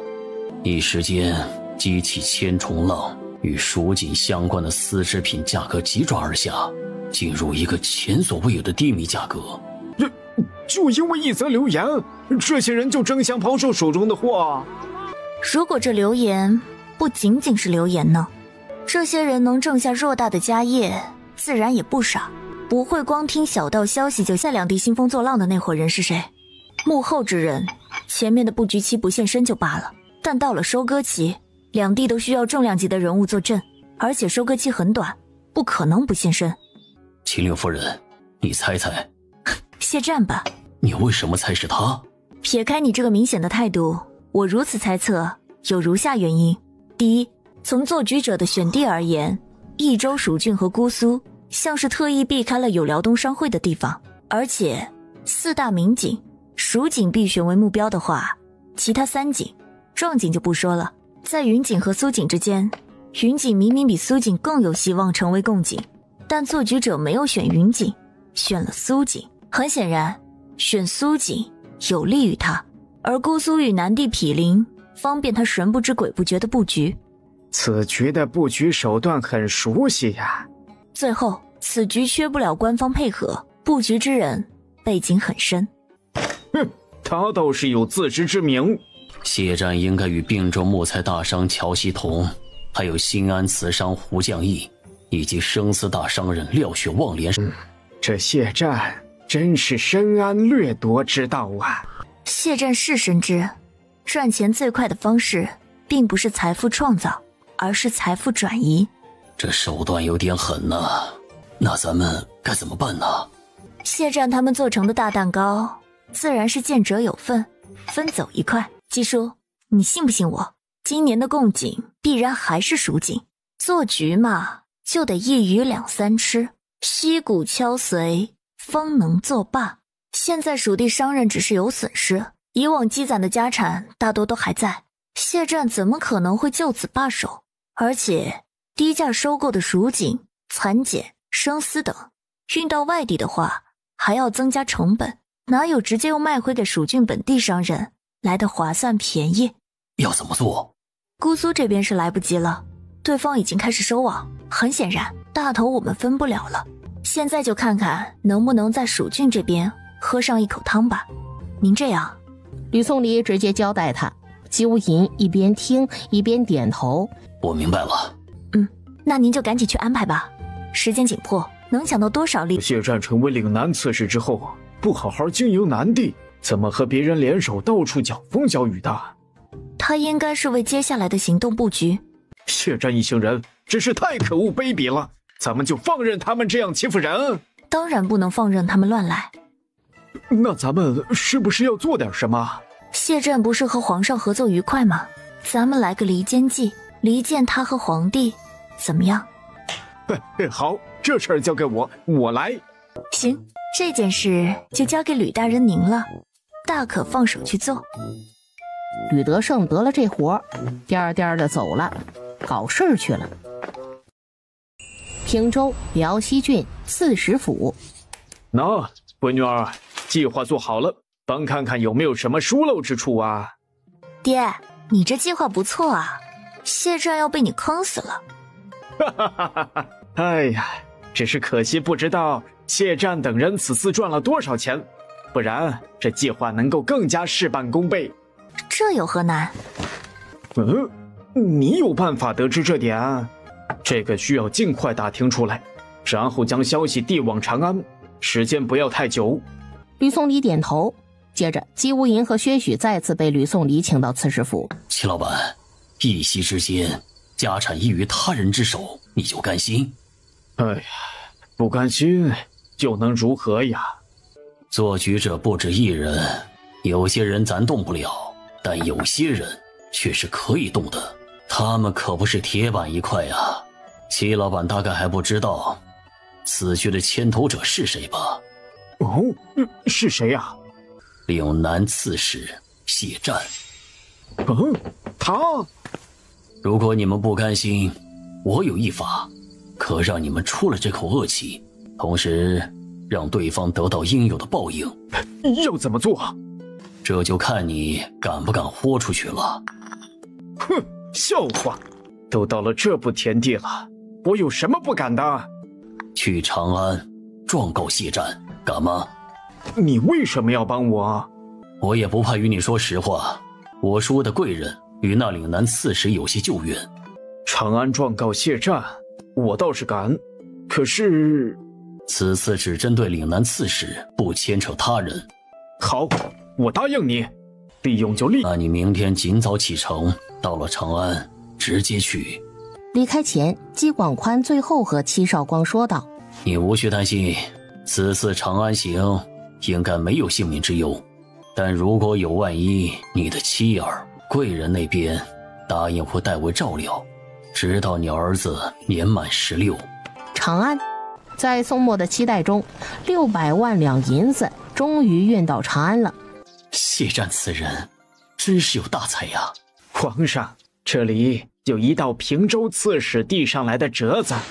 闻言，宋墨拒绝。他现在很是高兴，并不是很想看吕德胜的折子。皇上，吕德胜在折子之中所述的事情还是挺要紧的，您还是看一眼吧。宋墨一看折子就皱眉呀。吕德胜在折子上写啥了？吕大人弹劾谢战谢大人，他身为岭南刺史，一方大员，居然结党营私。上朝。宋墨将吕德胜的折子一目十行地看完，便将它扔在面前的桌子上。你们都看看吧。皇上，且不说这吕德胜弹劾大臣，实属狗逾越。在场大臣心说：你是想说狗拿耗子都管闲事吧？但皇上，您应该清楚，谢大人对您那可是忠心耿耿，一片冰心在玉壶。吕德胜如此污蔑忠良，残害栋梁，祸害大理江山，实在是居心叵测呀！索大人，你怎么那么着急？折子都没看，就开始袒护谢刺史了？长宪，难道你要助纣为虐？哎呦，这么大声，我好怕哟！索大人，这里可不是谁声音大谁就有理的，而且你声音那么大，离皇上还那么近，惊到皇上可如何是好？你不要左顾而言他。你刚才说吕大人弹劾谢刺史是多管闲事，保国者其君其臣，肉食者谋之。吕大人身为朝廷命官，也是关心江山社稷，怎么能说他逾越呢？哼，皇帝四经有云：静则安，正则治，文则明，武则强。君臣各安其位，各司其职，大理才能安定。不在其位，不谋其政，否则，如果吕德胜觉得皇上偶有疏漏之时，那是不是也可以直接插手政务啊？左爱民，你说这话才是不安好心呢。地方大臣如同皇上的耳目手足，路见不平，民间有冤情，自然要上达天听。你就恨不得将皇上的耳目全部铲除，让皇上闭目塞听，然后让歹人祸害百姓。皇上，谢战伙同其党羽大肆敛财，与民争利，弄得民间民怨沸腾，眼见两地百姓深受其害，难道吕大人应该视而不见，任由其鱼肉乡里，难道才是对的？话说回来，但凡御史台奴点力，真他娘祸从天降啊！皇上，微臣失察，吕大人明知此举不妥，依旧做了，可见谢战之所作所为，连吕大人都看不下去了。皇上，吕大人才是真心为国为民的好官呐！张大人，你不要血口喷人！你说谢大人伙同其党羽大肆敛财，弄得民间民怨沸腾，这有什么证据啊？没有证据，吕德胜就是假公济私，公报私仇，又该当何罪？皇上，臣之所言句句属实。目前已有姑苏蜀地两地商人到长安来状告谢大人了，此事可传大理寺卿姚松文姚大人询问。众大臣闻言，呜呼，求锤得锤呀！哎呀，家主那边怎么回事啊？不是让人在两地来长安的必经之路上拦截相关人员吗？怎么还让两条漏网之鱼来到了长安呢？宋墨当即传姚松文来问：商贾买卖本就是有亏有挣，哪有什么稳赚不赔的生意呀？亏了是他们的眼光不好，能力不行，技不如人，怎么能够怨天尤人，还污蔑朝廷命官呢？啊，该杀！左爱卿所言有理，不怪他们这样，微臣也稍微了解了一下，因为涉及银子数额巨大。据微臣所知，谢大人在蜀郡、姑苏两地卷走了2000万两，好些锦商私商被弄得倾家荡产。2000万呐，吕大人并没有冤枉他，他一个刺史，大肆敛财，是想干什么？对呀，谢战他想干什么？他谢战刮走了蜀郡、姑苏两地那么多银子，是想干什么？结党营私，还是要买人心？皇上，您可不能听信谗言，寒了忠臣的心呐！苏安民，吕德胜问的问题也是朕想问的，他谢战是想干什么？皇上，他谢战就是不忠心，才会拿走那么多银子。我现在可算知道他之前立了功，为什么不回来长安做天子近臣，而是选择在地方当一把手了。哼，说到与民争利，大肆敛财，那吕德胜不也是啊？辽东商会可没少挣钱，可是没见他孝敬皇上一星半点儿。左大人慎言，吕大人之前所在的辽东郡官府是扶持了辽东商会没错，但辽东商会也不是他的，而且人家也交税了，交上的税，吕大人用于救助灾民，鼓励分户，鼓励农桑。你不会不知道，这些都是有利于增加税收的吧？这税收可都是实打实给朝廷的。瞧瞧，同为益州刺史，一方大员，两人是真的不一样啊。人家吕大人多忠心呐，可不像谢战。皇上，微臣觉得吕大人说的对，对于谢大人结党营私、大肆敛财这一点，不管是防患于未然也好，还是居安思危也罢，一定要严惩。您不能因为吕德胜的片面之言，就给谢大人定了罪呀！说因此害了一个栋梁，岂不是皇上的损失？谢战接到长安的信鸽传信，真是庶子不足与谋也。来人，给长安再送去100万两银子。如果宋墨还不满意，就要治罪就治。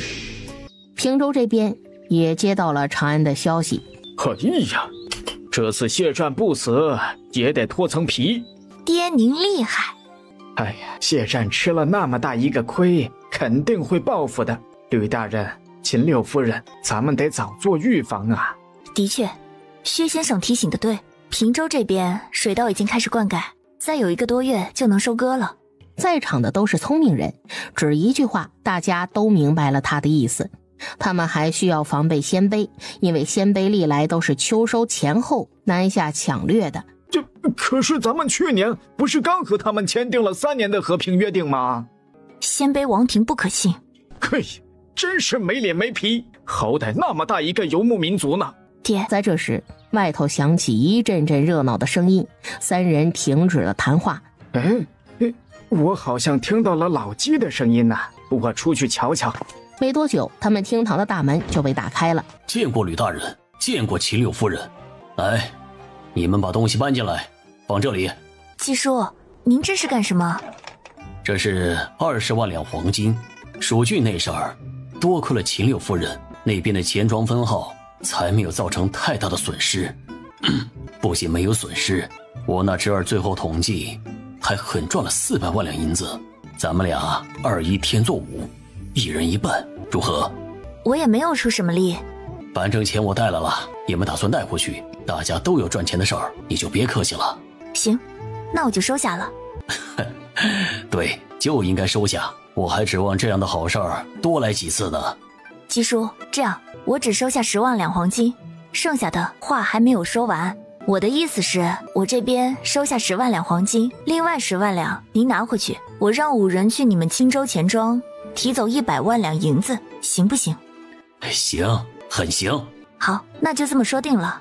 爹，薛先生，见者有份。接下来几日，官府衙门、各房以及军营，还有整个平州市场，突然发放了一次福利，大家狠狠地吃了一回肉。南地一切准备妥当后，谢柏带着大批人马，押送着一车车的银子，声势浩荡地出发了。浩浩荡荡的运银队，这谢战不会是将他所得的400万两全都送到长安了吧？闺女啊，你说要不要放出消息，让人将谢战送往长安的银子给劫了？爹，你这个想法可要不得，谢战估计正盼着有人去劫道呢。我估计这笔银子不会多，但您信不信，只要有人敢打这笔银子的主意，谢战就敢把这1000多万两的银子往那个人身上栽赃。谢战想钓鱼，哎呀，谢战这个卑鄙无耻下流的家伙，他是天天喝墨水的吗？京城怎么这么黑呀？那沿路的匪寇会不会中计呀？话虽如此，但谢战不敢随便栽赃的，要匪寇的体量足够大才行，否则闹到最后有可能罪加一等。那我们让5人设法通知一下沿路的几个大山寨。据说得知这个消息时，宋墨砸了自己最喜欢的一只龙杯，大骂谢瞻给他100万两，他打发叫花子呢。皇上当场就要拟旨罢黜谢战，正巧这时候皇后娘娘来了，将皇上安抚下来，这事儿就暂时不了了之了。谢瞻自然就没有被罢黜。平州辽西郡刺史府后院，我需要他们回来龙城，特别是龙城制药坊周围进行重点的布控和防御。龙城布控？为什么是龙城啊？还是龙城制药坊附近？闺女啊，这龙城制药坊到底有什么呀？也没什么，就是里面有一处盐湖，盐湖湖底是盐卤，它和井盐不同，井盐需要将盐卤捞出。什么是盐结晶啊？这些盐结晶拿回来之后，咱们只需要经过过滤这一道工序，就能变成干净的食盐。这么简单？那可不比井盐好。是的，井盐是会枯竭的，但盐湖不会，它就好像是活的一样，每年都会产出一定的盐结晶体，然后就停下，来年春天它又会重新开始产出，日复一日，年复一年，只要盐湖一直存在，没有被污染，就不存在枯竭的情况。哎呀，这个好，这个好啊！听起来这盐湖真是产盐的好地呀。正要坐下的吕德胜不知道想到什么，又挺直了腰杆。闺女啊，咱们算不算是狠狠地坑了谢战一把呀？爹，我觉得这是谢战已经回过味来了。今年年初就不断有人想摸进去刺探消息。哼，回过味儿就回过味儿，反正那100顷地也到了咱们手上了。我估计他将这消息透露给了鲜卑那边。什么？哎呀，谢战这个卑鄙无耻下流的贱人，难怪你要让秦世子他们回来呀。目前鲜卑以鲜卑南下，为的是什么？不就是物资吗？其中粮食、盐、茶都是他们最渴求之物。这一次我们可以利用信息差，对龙城进行秘密布控。对，就是这么搞。咱们给他来个以逸待劳，守株待兔，瓮中捉鳖，让他们一个个有来无回。这个嘛，等阿胜他们回来之后，你这个岳父可以给他提要求。提，必须提。在平州大片大片的水稻快要收割之时，恭亲王来了。你们平州今年的收成不错呀，啊？哎呀，还行还行。不知恭亲王此次前来有何要事啊？是这样的，话里话外就是，你们平州今年收成好，多交点税。30税一本就是老百姓应该交的，朝廷也没有多收。那你来说说，朝廷今年算出来的平均亩产是多少啊？281市斤。那30税一，我们平州1亩地平均要交税9斤3两6钱。不行，会哦。那恭亲王啊，你觉得我们应该按多少产量来交税比较合适啊？你们平州就按照每亩地400市斤来交就行了。哦，我懂了。我们平州今年收成高一点儿，就要多交。那其他地方的收成低于你们今年的算计亩产呢，是不是可以少交啊？如果是的话，那没问题呀。吕大人，你也要体谅一下朝廷的难处嘛！啊？是体谅宋墨的难处吧？我体谅了呀。本来龙城盐湖的发现是要上报朝廷的，我之前还想着找个时间报上去，但是现在，切，报啥报呀？你乖一些，这事儿办漂亮了，我回去也好替你在皇上跟前美言几句啊。嘿，我才不要乖呢，都被欺负了，凭什么乖呀？还帮我在宋墨那里美言几句，我呸！以为我稀罕呐？吕德胜，你不要忘了你身为朝廷命官的职责。这吕德胜是怎么回事？收老百姓的税，又不是割他的肉，用得着这么反对吗？我没忘，但我恭亲王啊，朝廷很缺钱缺粮吗？是啊是啊，你外放了，不知道皇上和大臣们是真的头疼啊。这不对呀！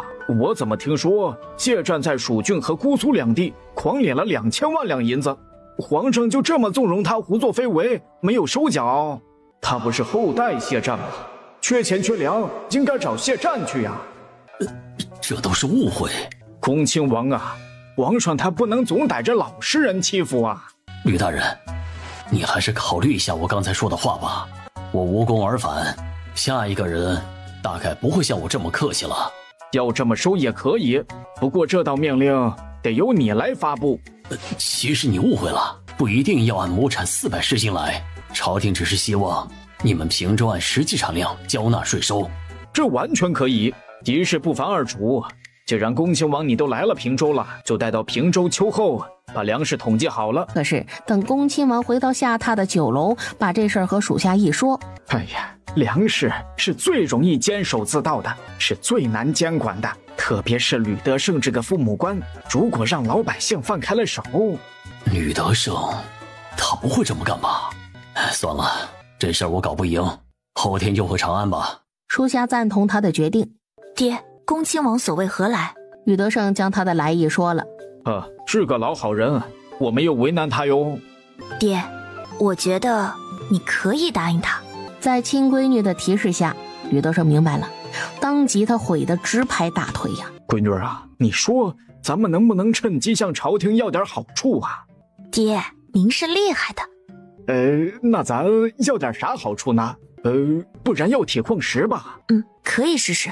等恭亲王再次见到吕德胜，恭亲王决定留到秋后了是吗？哎呀，这总住酒楼客栈始终是不方便，我已经让人安排好了一处别院了。不用麻烦了，我后天就启程回长。行吧，一切依你。恭亲王啊，我思考了一整夜，决定答应朝廷的要求了。什么？我家里人劝我了，多交些粮食是利国利民的好事情啊。吕大人，你说的是真的？当然是真的了，你也太小瞧我了。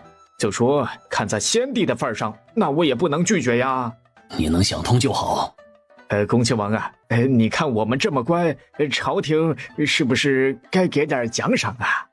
什么奖赏？比如多拨点铁矿石给平州。每年拨给你们的量不够用吗？哪儿够啊？来，你跟我过来啊！吕德胜直接将他带去看看他们平州的新式农具。这俗话说得好，磨刀不误砍柴工。你也说了，我们平州今年收成好，那可多亏了他们呐。这回吕德胜给他看的是脚踏打谷机。这玩意儿啊，给高粱小麦水稻脱粒那是特别好用啊。走了一圈，恭亲王可算知道平州的铁矿石都用哪儿去了。恭亲王啊，你回宫之后记得就算朝廷批准，也没那么快运到平州的吧？你也可以建议皇上给幽州刺史下一个旨意，先让他把手里的铁矿石给我们平州嘛，朝廷拨下来再还给他就是了，我们也不嫌弃他。没有这样办事的。可是秋收要紧呐，农具早点到位，我们也好早点把粮食收上来，好早点交税，是不是啊？话是这么说，可是……哎呀，不过你刚才说的也有道理，朝廷办事的速度太慢了。这样，你后天不是要走吗？我就跟你一起吧，顺便送送你。经过幽州刺史府啊，你帮说一声啊，让幽州刺史先将手中的铁矿石调给我，你行不行啊？这样不好吧？我以为恭亲王一心为皇上为朝廷办事儿，肯定会尽心尽力的。其实我的脸面没有那么大，幽州刺史不一定会同意。哎呀，恭亲王啊，你谦虚了不是啊？这事儿啊，就这么说定了。咱们后天一起启程啊。哎呀，这马上要出门了，时间有些赶呢。不行，听闻恭亲王和平州刺史吕德胜到访，幽州刺史邓方毅一脸疑惑地接待了二人。恭亲王啊，你不是说有事要和邓大人说吗？哦，什么事啊？恭亲王不妨直言。是这样的，借铁矿石，这么离谱的事儿，两人怎么想出来的？邓大人，我们平州也没办法，咱平州丰收，农具不够啊，咱总不能耽搁了皇上的事儿不是？你就通融一下。这不合规矩呀。邓大人此言差矣，法理不外乎人情，规矩嘛，它不是死的，也是可以变通的嘛。这铁矿石你们不用，也是放在库房里生灰，我们平州只是借用一下，又不是不还。恭亲王一回长安，和皇上一请示，就能还你了。邓大人呐，通融一下啊，不然我们平州秋收有很大可能会被耽搁呀。你自耽搁你的，关我什么事儿？皇上非常关心平州秋收一事，如果方便的话，麻烦邓大人通融一二。行吧，总不能耽误了平州的秋收。好说。关主簿，去仓库里把那2000斤铁矿石交给吕大人。大人，您是打算将仓库里那1000斤铁矿石交给吕大人是吧？下官知道了。对啊，我就是这么个意思。登车前，恭亲王冲吕德胜喊：“别忘了你答应的事。”放心吧，忘不了。恭亲王放心的离开了，顺利弄回来1000斤铁矿石，但吕德胜并没有很高兴。我怀疑幽州刺史府不止1000斤铁矿石。听到幽州主簿段谦的名字，吕颂离和秦胜两人对视一眼。怎么了？这里面有事儿？岳父，其实没什么事，只是当初我们流放时，在路上通过倒卖药材赚了点钱，然后经过幽州时，他的侄儿段凯申想打劫我们，被我们黑吃黑了而已。吕德胜无语。长安，恭亲王一回到长安，就去向皇上汇报了此行的情况。皇上，此事不妥，大大的不妥呀！皇上，左大人此言差矣，臣子做得好应赏，做不好当罚，如此赏罚分明，方有秩序可依，臣等也才能更好地为皇上分忧啊。丞相，吕德胜这是邀功，和皇上赏罚分明没有半文钱关系。左安民，你什么意思？质疑我？先斩后奏，恭亲王这样办事有些不妥吧？那是你没见到平州的收成有多好，如果因为农具不够影响了收割，你担待得起吗？再者，磨刀不误砍柴工，这农具又不是用一次就不能用了，有了这些农具，相信以后平州的收成会越来越好的，如此便能多交税，于国于民都有利，本官觉得值得。皇上，微臣一心为公，绝无私心。是啊，皇上，恭亲王在这事儿上纵然有些许不妥之处，那也是一心想完成皇上交代的差事啊，仅此一次，下不为例。皇上，这吕德胜信不过，他虽然答应了要多交粮税的要求，但微臣以为你应该派人前去平州督促此事。随便你折腾。宋墨也信不过，皇上想歇晌了，便挥退了三人。三人刚离开，只见太尉萧群神色匆匆地前去面圣。萧大人，何事？皇上接到边城密报，北边鲜卑乌桓以及南蛮皆有异动。什么？消息可属实？尚待查证，那就去查。皇上，微臣以为应当加强边境各关卡险要处的防备。鲜卑王庭，傅寒，距离平州秋收已经过去4、5日了，咱们鲜卑大军是不是应该行动了？急什么？等平州开始给长安送税粮，我们就行动。傅寒，我之前所请，准了。诸将听令。可汗请下令。拓跋勋、贺兰衍听令，尔等率1路大军进攻平州辽东郡侯城。儿臣下领命。尉迟睿、拓跋廉，你们率领2路大军进攻平州辽西郡龙城，势必要拿下龙城。末将领命。拓跋金、何新明率3路大军进攻幽州右北平郡，务必击穿右北平郡，拦截平州前往长安的运粮队。儿臣领命。独孤忠、拓跋玉领4路大军进军并州雁门。儿臣领命。平州辽西郡刺史府，各边防城池修筑的怎么样了？全部都增高加固完毕。好，那咱们就来安排一下诸位的任务。勒司马战事将起，本刺史以为你身为平州军职最高的将领，经坐镇后方主帐，统筹全局。末将领命。经过之前大家群策群力，集思广益，我们推测鲜卑大军一定会攻击辽西郡龙城、辽东郡侯城，我们需要重点防御这2地。勒司马，你打算派谁镇守这2地啊？吕大人，以末将之见，周达和秦衡带一支军队驻守龙城，马进和秦燕负责侯城。那玄兔郡那边就交给乐陵和秦昭吧。除了侯城和龙城，其他的地方也要保持警觉。一旦发现鲜卑大军，便燃起狼烟示警。你们一开始先探探对方的底，别人家一上来就给大招，别整太狠了。吕大人啊，皇上派钦差到了，来的是谁呀？来人是左安民的侄儿左翼，还有1位仓部曹苑。据说他们一行人已经进入辽西郡地界。来的倒是挺快的。来了也好，有个证人作为见证，还省得以后扯皮。左安民的侄儿啊，你说他后面被摆了一刀，会不会哭鼻子呀？不管他来还是谁来，面对那样的状况，都得哭鼻子吧。都安排好了吗？不会有纰漏吧？爹，放心吧，这事儿他交给了秦昭去办。徐曹院，这便是我平州要上缴的粮税，一共大概120万担粮食，各位可以检查检查。徐君凡不客气，带人前去做检查。他们发现平州上交的粮食应该都是经过筛选的，粒粒饱满，完全没有问题。检查完毕后，徐君凡要走了，他们的运粮队一出发，浩浩荡荡的。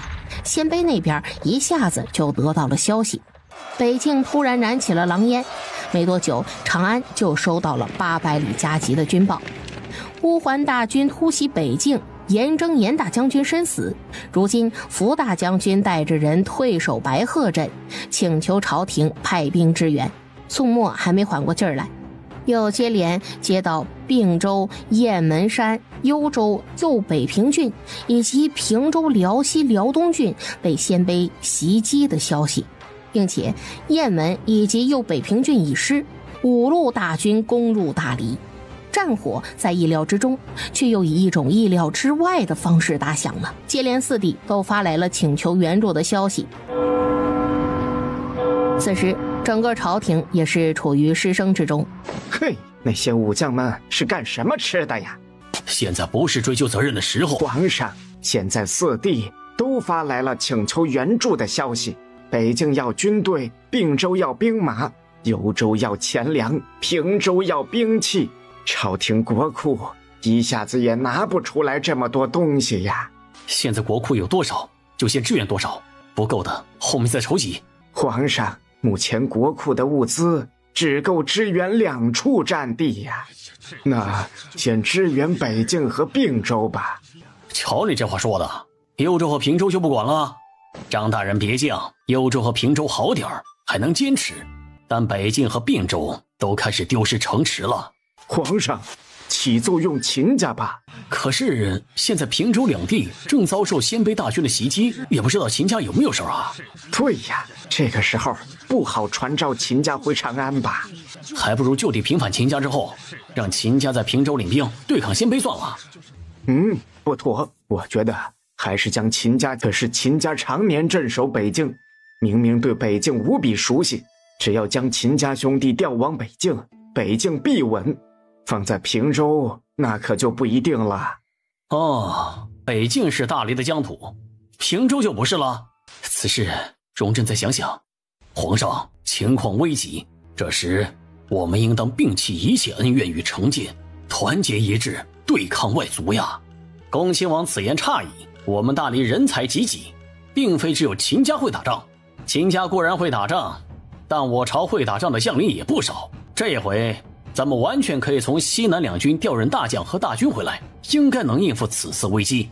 现在各位臣工先筹集物资，支援并州和北境，然后传朕旨意，命征南军孙明、镇西军董国维分别率大军回援。平州、辽东郡侯城外，大王子，侯城这城门城墙都修整过，咱们进攻的难度增加了。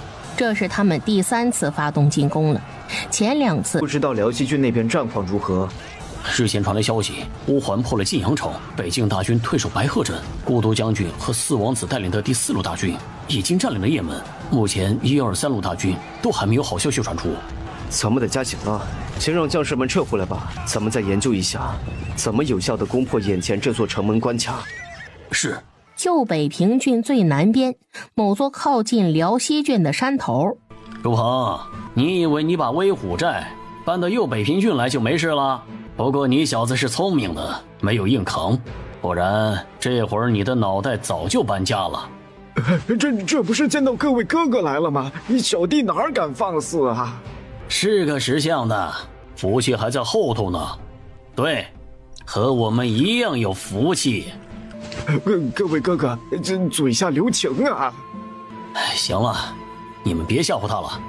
不过你小子也算走运，咱六爷要借你威虎寨名头一用，后面你得让你的兄弟们配合一下，别怪哥哥不提醒你啊！别刚才打头那位就是六爷。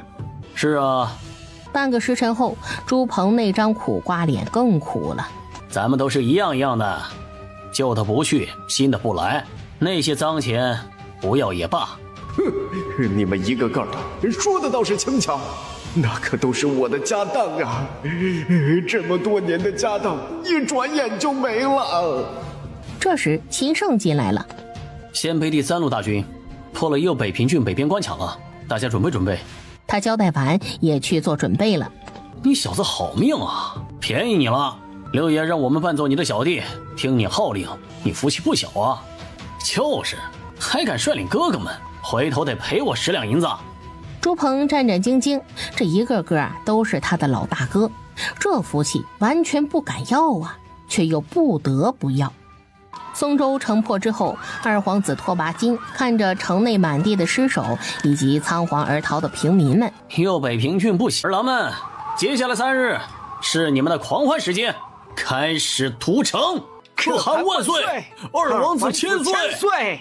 鲜卑将士们开始鬼哭狼嚎，嚎完之后，他们开始如同饿狼般扑向城中手无寸铁的老百姓。何西明没有阻止，因为屠城对于他们而言利大于弊。二王子有消息。拓跋金一看乐了，原来是平州运送税粮的消息。老七不行啊，这个战功还得我这二哥来。二王子啊，咱们分兵吧。于是拓跋金和何西明分兵了。拓跋金带走一半兵力南下，剩下一半留下打扫战场，以及作为后方接应。这群畜生啊！邓方毅在干什么啊？身为幽州刺史，怎么能弃松州县的危机视而不见呢？爹，不应该全怪邓方毅，他固然失职，但错处更大的是朝廷，是朝廷的不作为。从鲜卑寇关开始，想必邓刺史和我们一样，都向朝廷发出过救援请求，但是至今都不见朝廷的支援到来。去问问前线差什么物资，我们给支援。目前右北平郡一破，平州即将面临的就是鲜卑3路幽州刺史府。邓大人无需太过自责了。目前鲜卑5路大军攻入大黎，不仅我们幽州丢了右北平郡，北境、并州一样丢失了重要的城池。现在只有平州、辽西、辽东2郡还在坚持，也不知道能坚持多久。想不到这吕大胜还挺厉害。平州表示承让，全靠同行衬托。看看吧，平州即将面临鲜卑3路大军的共同攻伐，估计也坚持不了多久了。现在就希望朝廷能赶紧调派大军过来，不然平州一破，鲜卑3路大军会合之后，必然会来攻打我们渔阳郡。届时我们幽州3郡被鲜卑4路大军前后夹击，那可就危险了。这时，东城城门将汇报道：刺史大人，东城门外聚集了不少逃难而来的右北平郡的老百姓，一直哀求我们将城门打开，让他们进来。大人，该怎么办呢？不能放进来，这里面不定有奸细。咱们幽州现在要保全其他3郡已经很吃力了，再加上这些不确定因素，只会更难。那这样，你让人劝他们改道，去辽西郡。就按主簿大人说的来，外面危险，让那些老百姓尽快启程前往辽文城县西大门外聚集了万数以上的右北平郡老百姓。开城门吧，求求你们了，让我们进去吧。吕大人呐，救命啊！吕大人，救救孩子吧！城墙上，吕德胜和身边的人商量，将人放进来安置。吕大人，可不能将他们放进来呀，万一里面会有奸细怎么办？就是啊，这些人对我们平州来说是一个不安定的因素啊。对呀，吕大人，我们平州正在打仗呢，放他们进来，要是他们有奸细通风报信，让我们平州输了怎么办啊？是啊，吕大人呐，我们不想被屠城啊。这位老乡啊，你是哪里人呐？我吗？我是南地人。那你呢？我是雁门人。这位老叔，我是南阳人。这位大娘，我是辽西郡本地人。瞧，这里很多人都是家乡遭灾之后到平州谋生的，平州是包容的，来去自由，也愿意为勤劳的你们遮风挡雨。但我们不能自己将心比心吧？试想一下，如果是我们现在被挡在城外，吕大人，这是打算让我们进城对吗？是的，我听着是这个意思呀。大家先安静下来，现在让吕大人说话。放你们进来可以，但是你们必须要服从安排。他已经让人开始腾地方了，准备将他们集中安置。我们听话，保证听话。另外，你们之间可能会有鲜卑的探子进城外，大家相互监督，发现异常就上报，我们会核查的，保证不会冤枉一个好人，也不会放过一个坏人。平州的安全需要大家一起努力，这世道安全的地方不多了，大家都要珍惜呀。老百姓听吕德胜说开头时还有点犹豫，后面却没有了。去开城门吧。晚了一步，就晚了一步啊！二王子啊，这把火是不是烧得太快了？是这样吗？但秋天嘛，天干物燥，加上这些粮食都是税粮，一般都会晒得比较干，一下就烧起来，不奇怪吧？而且他们用了一种淡黄色的玩意儿，好像挺容易助燃的。何西明连续奔跑了半个时辰。哎呀，憋死我了！小心！朱鹏推着的粮车因为平衡问题差点侧翻。哎呀，谢谢六爷。朱鹏，你这体力不行啊。对呀，你这样的当人家大当家，心不虚？哼，谁像他们呢？推着装满粮食的推车，还能在山林里如履平地的奔驰着，灵活的跟猴子一样。而且这都跑了多久了？半个时辰了吧？也不知道这些人是怎么做到的。哎呀，小弟哪比得上各位哥哥呀？那是。论跑路，他们是一流的。说真的，朱鹏，你真要好好练练了。就是，刚才见你的时候，你都长膘了，肯定是搬到右北平郡后就不爱动弹了。你再不练，你对得起你威虎寨寨主的名头啊？你知不知道以你现在的实力，如果平州的匪寇有排名的话，你都排到200-300名开外去了。哎呀，